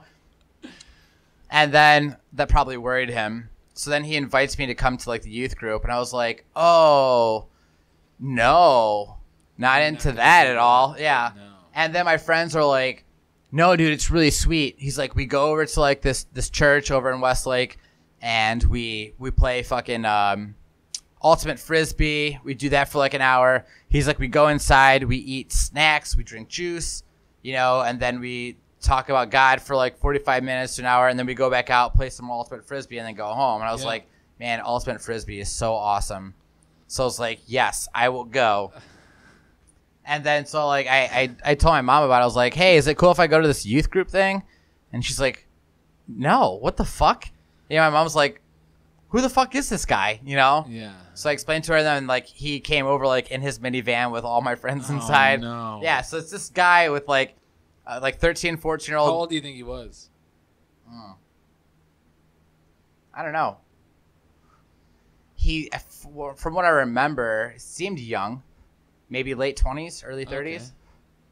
So then my parents meet him, and she's like, okay, that's fine, go ahead. And then so we go there, we play ultimate frisbee. It was awesome. And then we get to like the Jesus part. We're eating snacks, drinking juice. I'm like, man, this part sucks so bad. Oh, no. Yeah. And then finally, like, we go back out and play some more alternate frisbee before it's like almost dark, and then drops me off at home. But I've been swindled into those youth groups, man. Dude. And it only took, ultimate like frisbee. This shit is so easy. Like, and I figured it out now. You know what I mean? Like, as a 30-year-old man, like, I'm like, that's what this is. Like, especially when it comes to like sex and like this silly Puritan ideal that we have, it really bothers me. Right. There's a great book. It's called Sex at Dawn by Dr. Christopher Ryan. Okay. And it just breaks down like everything that you want to know. So if you want to have that talk with your kid, like, do it right. Yeah. Don't make them feel guilty for being themselves. Like, it's just so creepy to me. And that's so weird to me as well. Yeah, I can go on and on. Like, religion is one of my least favorite things in the world. Yeah, we could do same. a whole show in which we're just I could bash religion forever. Like, it only does good for like those people that need something to get them through like their own hell. Yeah, exactly. It's like even like this hard, and I value like my blue collar hard work ethic, and I'll work 16 hours a day all the time. I also like struggle with that because that's a puritanical, silly, nonsense ideal. Like, we're just told that we're supposed to sacrifice, we're supposed to feel pain, we're supposed to feel misery, right. We're supposed to work hard for the better cause. Sacrifice it all for God. A lie. Yeah. It's all all bullshit. Yeah. No, and like my mom, like, she's not super religious, and I don't think she really actually goes as much anymore. I mean, she still believes in God. Yeah. And that's fine. She can. She's not happy when I'm making remarks about that I don't believe in God and all these like theories that I have, like calling out loopholes in the Bible and all that shit. Like, all these things exist and like I've read like Paleo Manifesto, like it has a great chapter just on this. Like, all those things exist. Like, that dumb book says that you can't eat shellfish and don't cut your hair. All these things are for a reason. They're all for a reason at that time. Yeah, during that time. Updated. During right. that time, people were dying because they were getting like food poisoning, right? We figured that out. Yeah. So now you can eat shellfish. Right. Enjoy a shrimp, dum-dum. Yeah. But like, they're okay with that, but they aren't okay with anything else. We also need to reproduce because most of your kids died at birth. Right. So we need to reproduce as much as possible to keep us going. So homosexuality is wrong. There's nothing wrong with homosexuality now. No. Way too many of us. Yeah. So yeah. have at it. Homos. Exactly. Enjoy yourself. Like, but bang all the butts you can. And don't tell them that they're wrong for what they're doing. Like, anything that you're doing that your body tells you that you want to, like. Yeah, especially if that's wrong. Yeah, and if they grow up and they feel that they're different, like, so what? Let them be as they want to be. Yeah, who cares? What if, like, just like the way that the Bible came across, like, we need a new Bible now. It says we need more homos because there's way too many of us on this planet. Right? Yeah. Like, then what? Then what do you do? You need a new Freddie Bible. Like, your dumb book needs updated. Yeah, that's exactly this. And like in those old Bibles, like, and it's like a telephone game, like.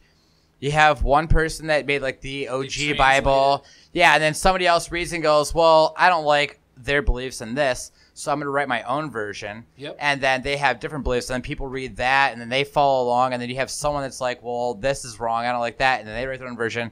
It's the whole fucking telephone game. The Church is the worst at that. They just have like great marketing in which they're like, what do people want?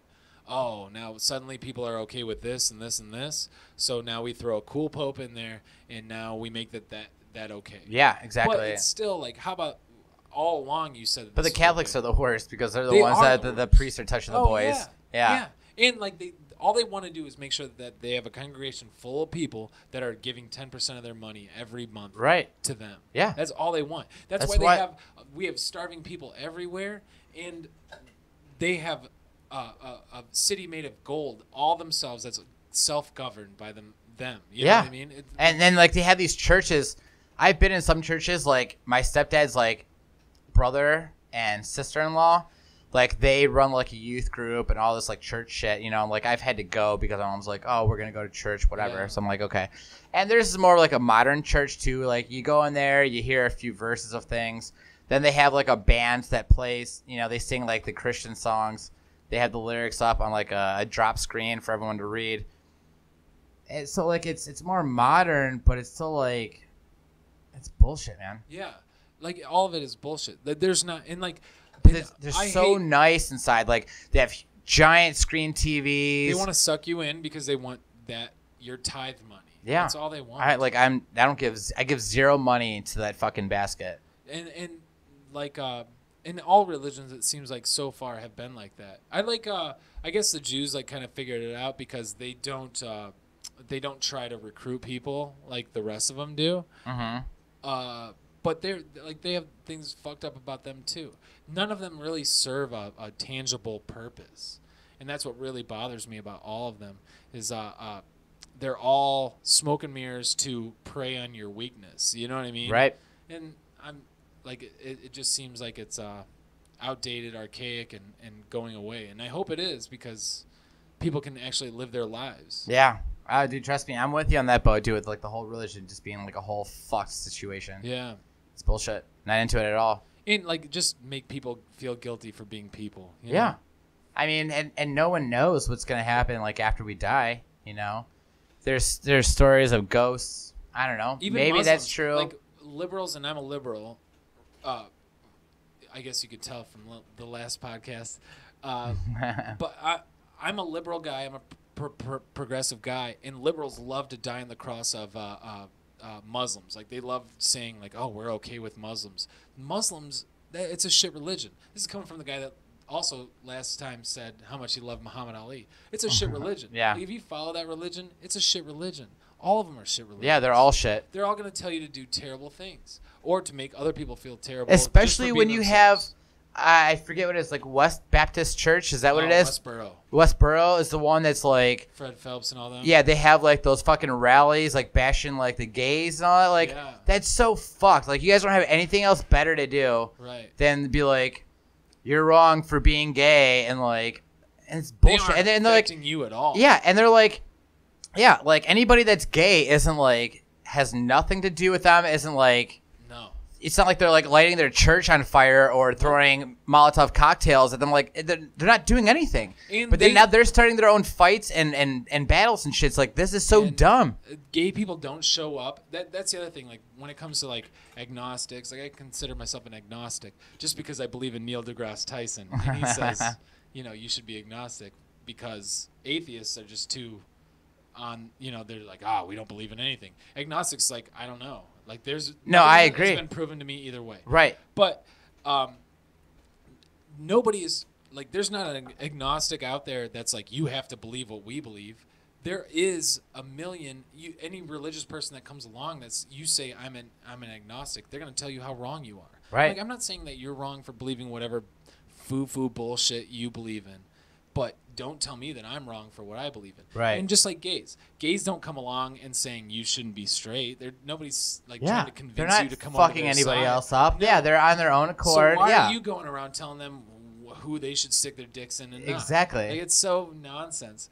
But you brought up Westboro Baptist Church. The one of my favorite follows on Twitter is Megan Roper Phelps, and she's Fred Phelps' daughter from the Westboro Baptist Church, or granddaughter. Okay. And she left the Westboro Baptist Church, and now she's living her life just proving everything wrong. That's And awesome. she's so well read. She's so smart. She knows the Bible inside and out, and she could use it backwards against them. It's like follow her on Twitter. She's very smart. Listen to every interview she's done if you're interested in like the religious aspect of things. Right.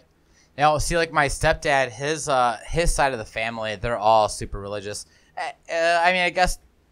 All right, so like his youngest brother, and he's not far from like our age. He's a pretty young dude. But like, and he's like us, like whatever. Like fun is fun, religion's fucked. Right.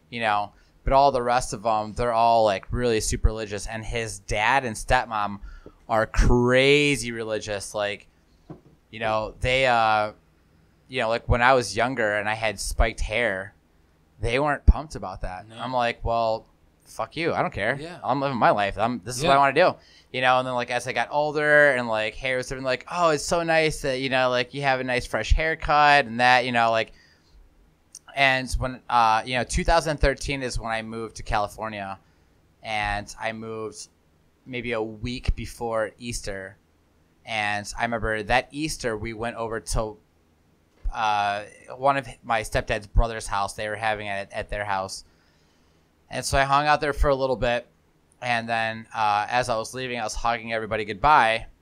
And his dad, gives me this tight hug. And he's like, hey, real quick, have you accepted Jesus Christ into your heart? And so I had a little giggle, and he's like, what? And I was like, oh, I don't really believe in any of that stuff. And he's like, why not? And I was like, well, there's too many loopholes. It doesn't make sense to me. He's like, well, come outside. I'm like, oh, fuck, here we go. So we go out into his car, his truck, and he's like, here, take this Bible with you. He's like, you said it doesn't make any sense.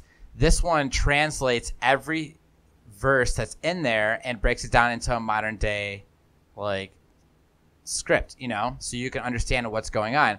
I was like, oh, no. You took it wrong. It's not that I don't understand it because it's confusing.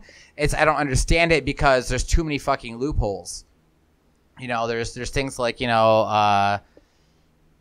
just like, for example, having the ark, you had to take 2 of every animal, put on the boat so we could reproduce, blah, blah, blah. But there's fish, sharks, whatever that live in the water. What about them? There's birds. You can't get on that boat. Yeah. They're going to die off because the world's being flooded and, they don't have anywhere to get food and make more birds, this is all loopholes. This shit doesn't make any sense. And so when I told him that, he wasn't pumped about it. So then he continued on. And then it turned into a heated argument, which lasted maybe 5 minutes before my stepdad chomped in and was like, okay, all right, you guys, that's enough. Just let him burn in hell. Yeah, why don't you just let him burn in hell? Yeah, you, Dad, you go back in the house. Yeah. Tony, go ahead, take off.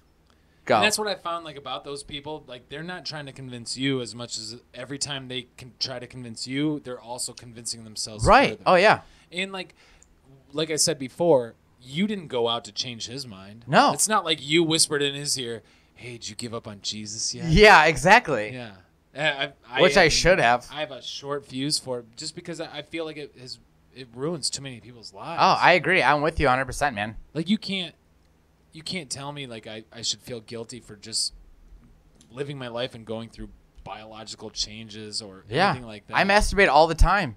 If that's the case, I'm definitely going to hell. I already figured I'm going to hell. Yeah. Already the nonsense that I go through on a daily basis. But if masturbation is the fucking case, I'm fucked. Yeah. Yeah. Well, I mean, if you go through what the Bible tells you to do, it's fucking nonsense. I'm not supposed to shave this beard. I'm not. Girls are supposed to wear skirt.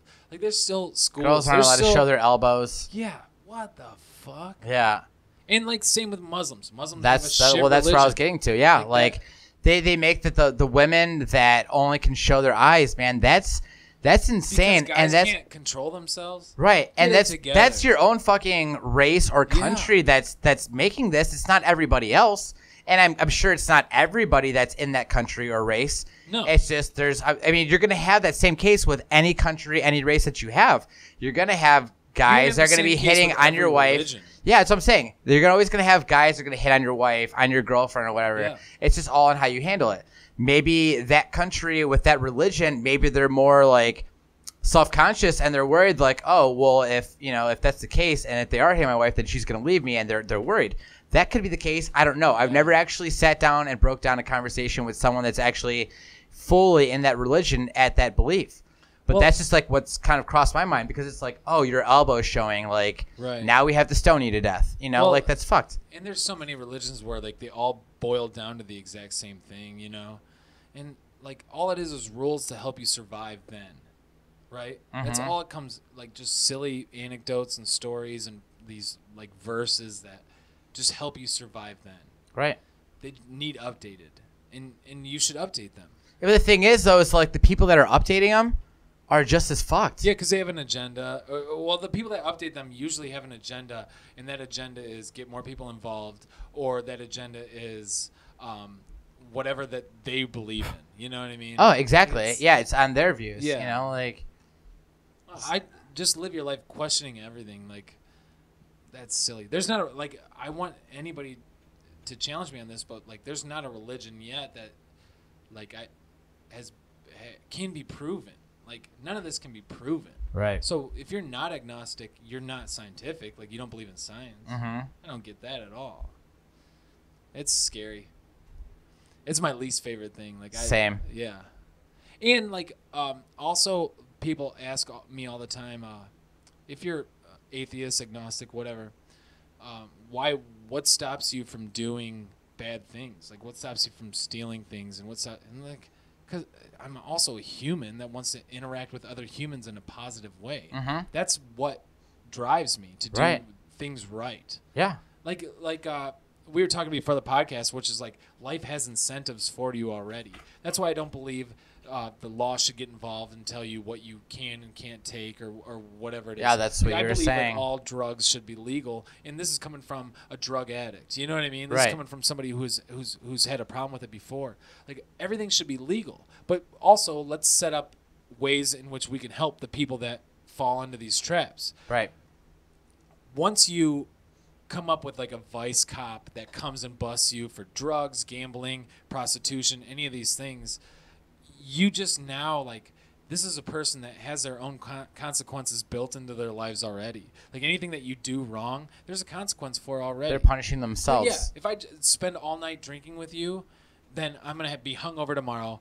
I'm gonna, my serotonin's going to be depleted. It's going to take 3 or 4 days before I get out of that. And then by the time I get out of that, I'll feel like doing it again. Like, life already has consequences built into it. You're a gambling addict. You're going to lose all your money. You are now suffering with your own issues. You know what I mean? Why does the law come in and they're like, we're going to double down on these issues? Yeah, we don't need them to fuck us also after we're already fucking ourselves. No. I think life already has built-in things that make you want to do right. I don't think you need God in the sky with lightning bolts to do the right thing. Right. And that makes us more powerful than them because we do the right thing for no reason. Yeah, we just do it just because it's just... we don't... we're not going to heaven. Yeah. You know what I mean? Oh, no, I feel like if there is a heaven and hell, which I don't believe there is, but if there actually turns out to be that, most likely I'd probably be going to hell. Yeah. But the thing is, though, is that I do really nice things all the time for people that need it. Yeah. Like just on my own accord because that's how I was raised. Like my mom's a wonderful woman. My dad's a great guy, and I was raised really well to just, if there's someone that's in need for something, help them. Like, if I'm, like, walking down the street and there's an old lady that's fucking, barely walking, or a better example, there's a guy that's around the neighborhood that walks around, and he's super old, and he hunches and looks down at the ground when he walks because that's just, he's old. That's his body, So he's constantly looking down because he's hunched over. So to be with him and take him across the street to make sure that he's okay and doesn't get hit by a car or an accident, someone's not paying attention, or whatever the case may be, like, that's just something that I would just do on my own accord just because I feel like it's the right thing to do. And, like, I always feel like someday I'm going to be that guy, and all I want is a young guy to be like, yeah, dude. Right. I don't need a fucking book or shitty religion to tell me this is the things I need to do. I mean, religion is for insecure people, that are more worried about how they live their life and what's going to happen to them afterwards. It's a shit thing, man. I mean, I get it too because I'm also like, I think we're living in a hell on earth. Like, life is misery in a way, and it seems like, I shouldn't be saying that, but in a way, it's miserable. Like, right. Well, because as you dying. said, as soon as you're born, you're dying. You know what I mean? You just have like this limited time. Every action has a reaction, dude. And if I'm gonna show up for work and I'm gonna miss out on seeing the world or traveling to cool places, or I'm gonna give up on other things to better my life here, things like life experiences, I want to believe in an afterlife to make up for this bullshit that I've gone through. You know what I mean? Right. So I understand, like, it's a fun idea. It's just not reality. Start living your life now. Yeah. Like, start living your life now. This is your heaven. You just have to make it that. You know what I mean? Especially, have you ever seen the movie Risk Cutters? Yeah, yeah. It's one of my favorite movies. And for those of you that have never seen this movie, I definitely recommend it. It's a great fucking, like, it's got a cult following, and it's not a huge movie. It's called Risk Cutters. But it's essentially of this kid that his girlfriend breaks up with him. He cuts his wrists. He dies. But when he thinks that that'll be the end of it, I'll either go to heaven or hell, which I guess the Bible says, suicide, you go to hell. He actually ends up in a limbo, which is essentially just Earth still, but everything is like real gray, and everybody that you run into have all off themselves. So everyone's already there for that reason. But it's like, it's a weird thing to think about, like, with the whole like heaven hell thing, Yeah. and like, I really do believe like this is your heaven and your hell. Like, if you're gonna spend your life fucking up, you're gonna go through hell. right. So you make this as what it is. Yeah. Because And you're if you probably want it not be gonna heaven, get then make it heaven. right. But in like, it's also pompous to believe that us as humans, like the first sentient beings, the first beings on Earth that recognize that they're gonna die. Like, we know, like, we're gonna die. Right. We know we're not gonna live forever. That's what separates us from animals. But we're just advanced animals. What other animals do you think like have a consciousness who choose right from wrong? Right. The animal kingdom They is just full do of it just off instinct. rapists. Yeah. You know what I mean? Like, you ever watch the Discovery Channel, you realize There's they're just animals rapists. raping each other, They're not yeah. sinning. That what they're doing is procreating. Right. I'm not saying like rape is okay. We've clearly made boundaries, and we're clearly like better off than other animals. But why do you think that us as animals, like, we don't just become fertilizer for the ground once we die, and that fertilizer creates new life? Right. Like, it's pompous for us to believe that. But like, and like when you embalm somebody and put them in a casket and put it in the ground so that they never decompose, that's the most selfish thing ever. Let them rot in the ground and become vitamins and fertilizer for the soil. Like, all of it is just silly. Like, we really have fucked up. I want to request, if you're alive still before I die, that I want to have a Viking funeral. Oh, okay. I've told this to my mom, but she thinks it's silly. I've mentioned to friends, and it's not like something Wait, that I would is ever. Viking funeral, is that when I put you on So I is get that into when a I put you casket in on- the boat, Nope. douse it in gas. Is Viking funeral when I put your dead corpse on Grinder and I just let whatever dudes want to come by and give you the old heave ho? Is that what a big Viking funeral is? Because I'll do that for you. Tommy. It's pretty close. It's pretty close. No, Viking funeral is you put me in the casket, you put it on a boat, douse it in gasoline, push it off in, well, I guess Lake Erie, and then you shoot it with flaming arrows and catch it on fire and let it burn. We're not allowed to have open We flames. can't have burning. near- We can't have. near I want Lake a beer, like another Burning River. I want Burning River too. I've always wanted to have that. No, Take my just- body somewhere you can do that. Take me Just- down to, like, I don't know. Take me over to Rhode Island. Then we could be on the ocean. I think Abby Hoffman. I think it's Abby Hoffman. And his friends just and he's an environmentalist, an environmentalist, hippie, bullshit, Right. like, liberal, crazy person. But his friends just drug him out into the desert and let him decompose, and that's what we should be doing. Instead, we make these silly graveyards and pretend like your body's gonna last forever, like it means something. No. Mm-hmm.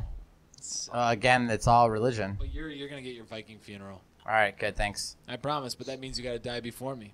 Okay, I don't hold any promises, but I'll try. Soon. I'm pretty sure my raft building is gonna expire here. You pretty better soon. start practicing your Yeah. raft building. Yeah. Ugh. Okay, I have to pee really bad. Let's call it quits, homie. Yeah, I think we're at time. Oh yeah, man, we're just a tad over 2 hours, Really? but a good sesh. Yeah, Nice work, dude. this is good. All right, everybody, thanks for listening in. We'll tune in again next week. Bod or Rev Kev listen to this? I think so. Yeah. I don't know. Oh, I had a note from last the podcast that they sat in for me. Okay. Bod, if you need a haircut in Elyria, North Ridgeville, you got to go to Abbey Road Barbers. 2 old dudes. They only cut dudes' hair, and they're great. All right, what's the name of the place? Abbey Road Barbers. All right, Bod, you hear it. It's by that Circle K on Abbey Road across from the Drug Mart. Okay. And then Rev Kev, you son of a bitch, lick this microphone. I put my mouth against it 1,000 times.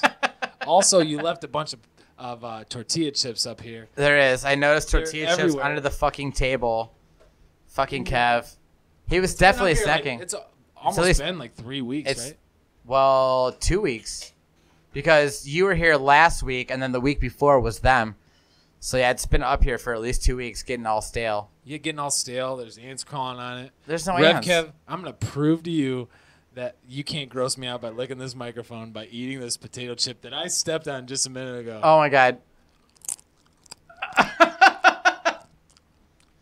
Oh my god. You can't scare me, You're homie. eating the chip Yeah, that's been on the floor for 2 weeks, and it's carpeted. and you're the dirty one. Oh, speaking of Rev Kev, I'll have to show you here in a few, but he found a shirt that's called Greasy Tony's. Oh, I like it. Yeah, so I have to find the shirt and show you. That sums you up pretty good. Yeah, Greasy Tony. Also, our Instagram page. We have an Instagram page with 1 video, 2 followers. One is Tony. The other is Handsome Freddie. Or Shirtful Freddie, as they know you. Shirtful Freddie. I'm the only one that calls you Handsome Freddie. Well, there's Shirtless Blake and Steve Dave. Yeah. They all know you as Handsome Freddie. Probably like Timmy Disaster, too. Hell yeah. But everybody else here from the got a podcast just know you as Shirtful Freddie. But follow us on Instagram. Right now, you can check out a picture of Tony bartending. A video. Yeah, video of Tony bartending. And maybe we'll take a picture of Give the name of the Instagram. Oh, it's Sweet Nothings CLE. Sweet Nothings Cleveland. Sweet There you Nothings go. CLE. We'll start having all the updates. And I know some of you that may be upset that, everything's been on YouTube so far. We are in the process to getting everything pushed over into iTunes, Google Play, etc. So we'll have that soon. That way, if you're a mailman walking around, and your phone's open, it's gonna bump in your pocket and fuck everything up. Switch videos or whatever the case is, whatever you're doing, the phone will be closed screen. You can still listen. We'll be legit on a podcast. Right. Yeah. So we will have that soon. Want to give a shout out, of course, to Plucking Pedals. Yeah. With Kyle and James. Go look them up. YouTube, iTunes, etc. Fun, smart, funny. You kind of get the combination of the two. You can go to our Facebook page. I have noticed that we've been getting a lot of new views from there. You like our Facebook page, you get the notifications when we, post up the new podcast links and the videos, etc. You can find us on YouTube, Sweet Nothings Podcast with Tony and Freddie. If you want to send us some fun shit, pictures, letters, whatever, you can send us an email. Oh, we want to do that advice show. So send us your advice. You can make it anonymous. Oh, yeah, I would yeah. love to do an advice show. Yeah. By 2 people who are not qualified at all to Yeah. give any sort of advice. But that sounds like a lot of fun. So, yeah, you can get us at sweetnothingscleveland@gmail.com. If you have questions you need advice for, send it to us. You have pictures of your boobs, send it to us. Sure. You have They could be Rev Kev's weird man boobs. falling out of his tank top. Yeah. Oh, shit. I had an experience. I was in a tank top driving in my car, right? And I had the window down, and I had my arm out like a little kid where I was doing Right, yeah, I do that too when I drive. airplane thing. Yeah. And I look in the mirror, and I see I got a little nipple poking out because it's The blowing wind's it over. blow- The wind's blowing it over. Right, yeah. Yeah. So I'm with you, Rev Kev. Tits out forever, homie. Tits out for the boys. Tits out for the boys. Tits out for the boys. Yeah. So, yeah, that's where you guys can reach us. Send us some fun stuff. I'm looking forward for emails. I want to add some new content from you guys, the viewers, the listeners. Other than that, I guess that is about it. Tune in next week to find the unveiling of Shirtful Freddie actually being the hot dog girl. No. Thanks for listening, guys. Peace. Bye-bye.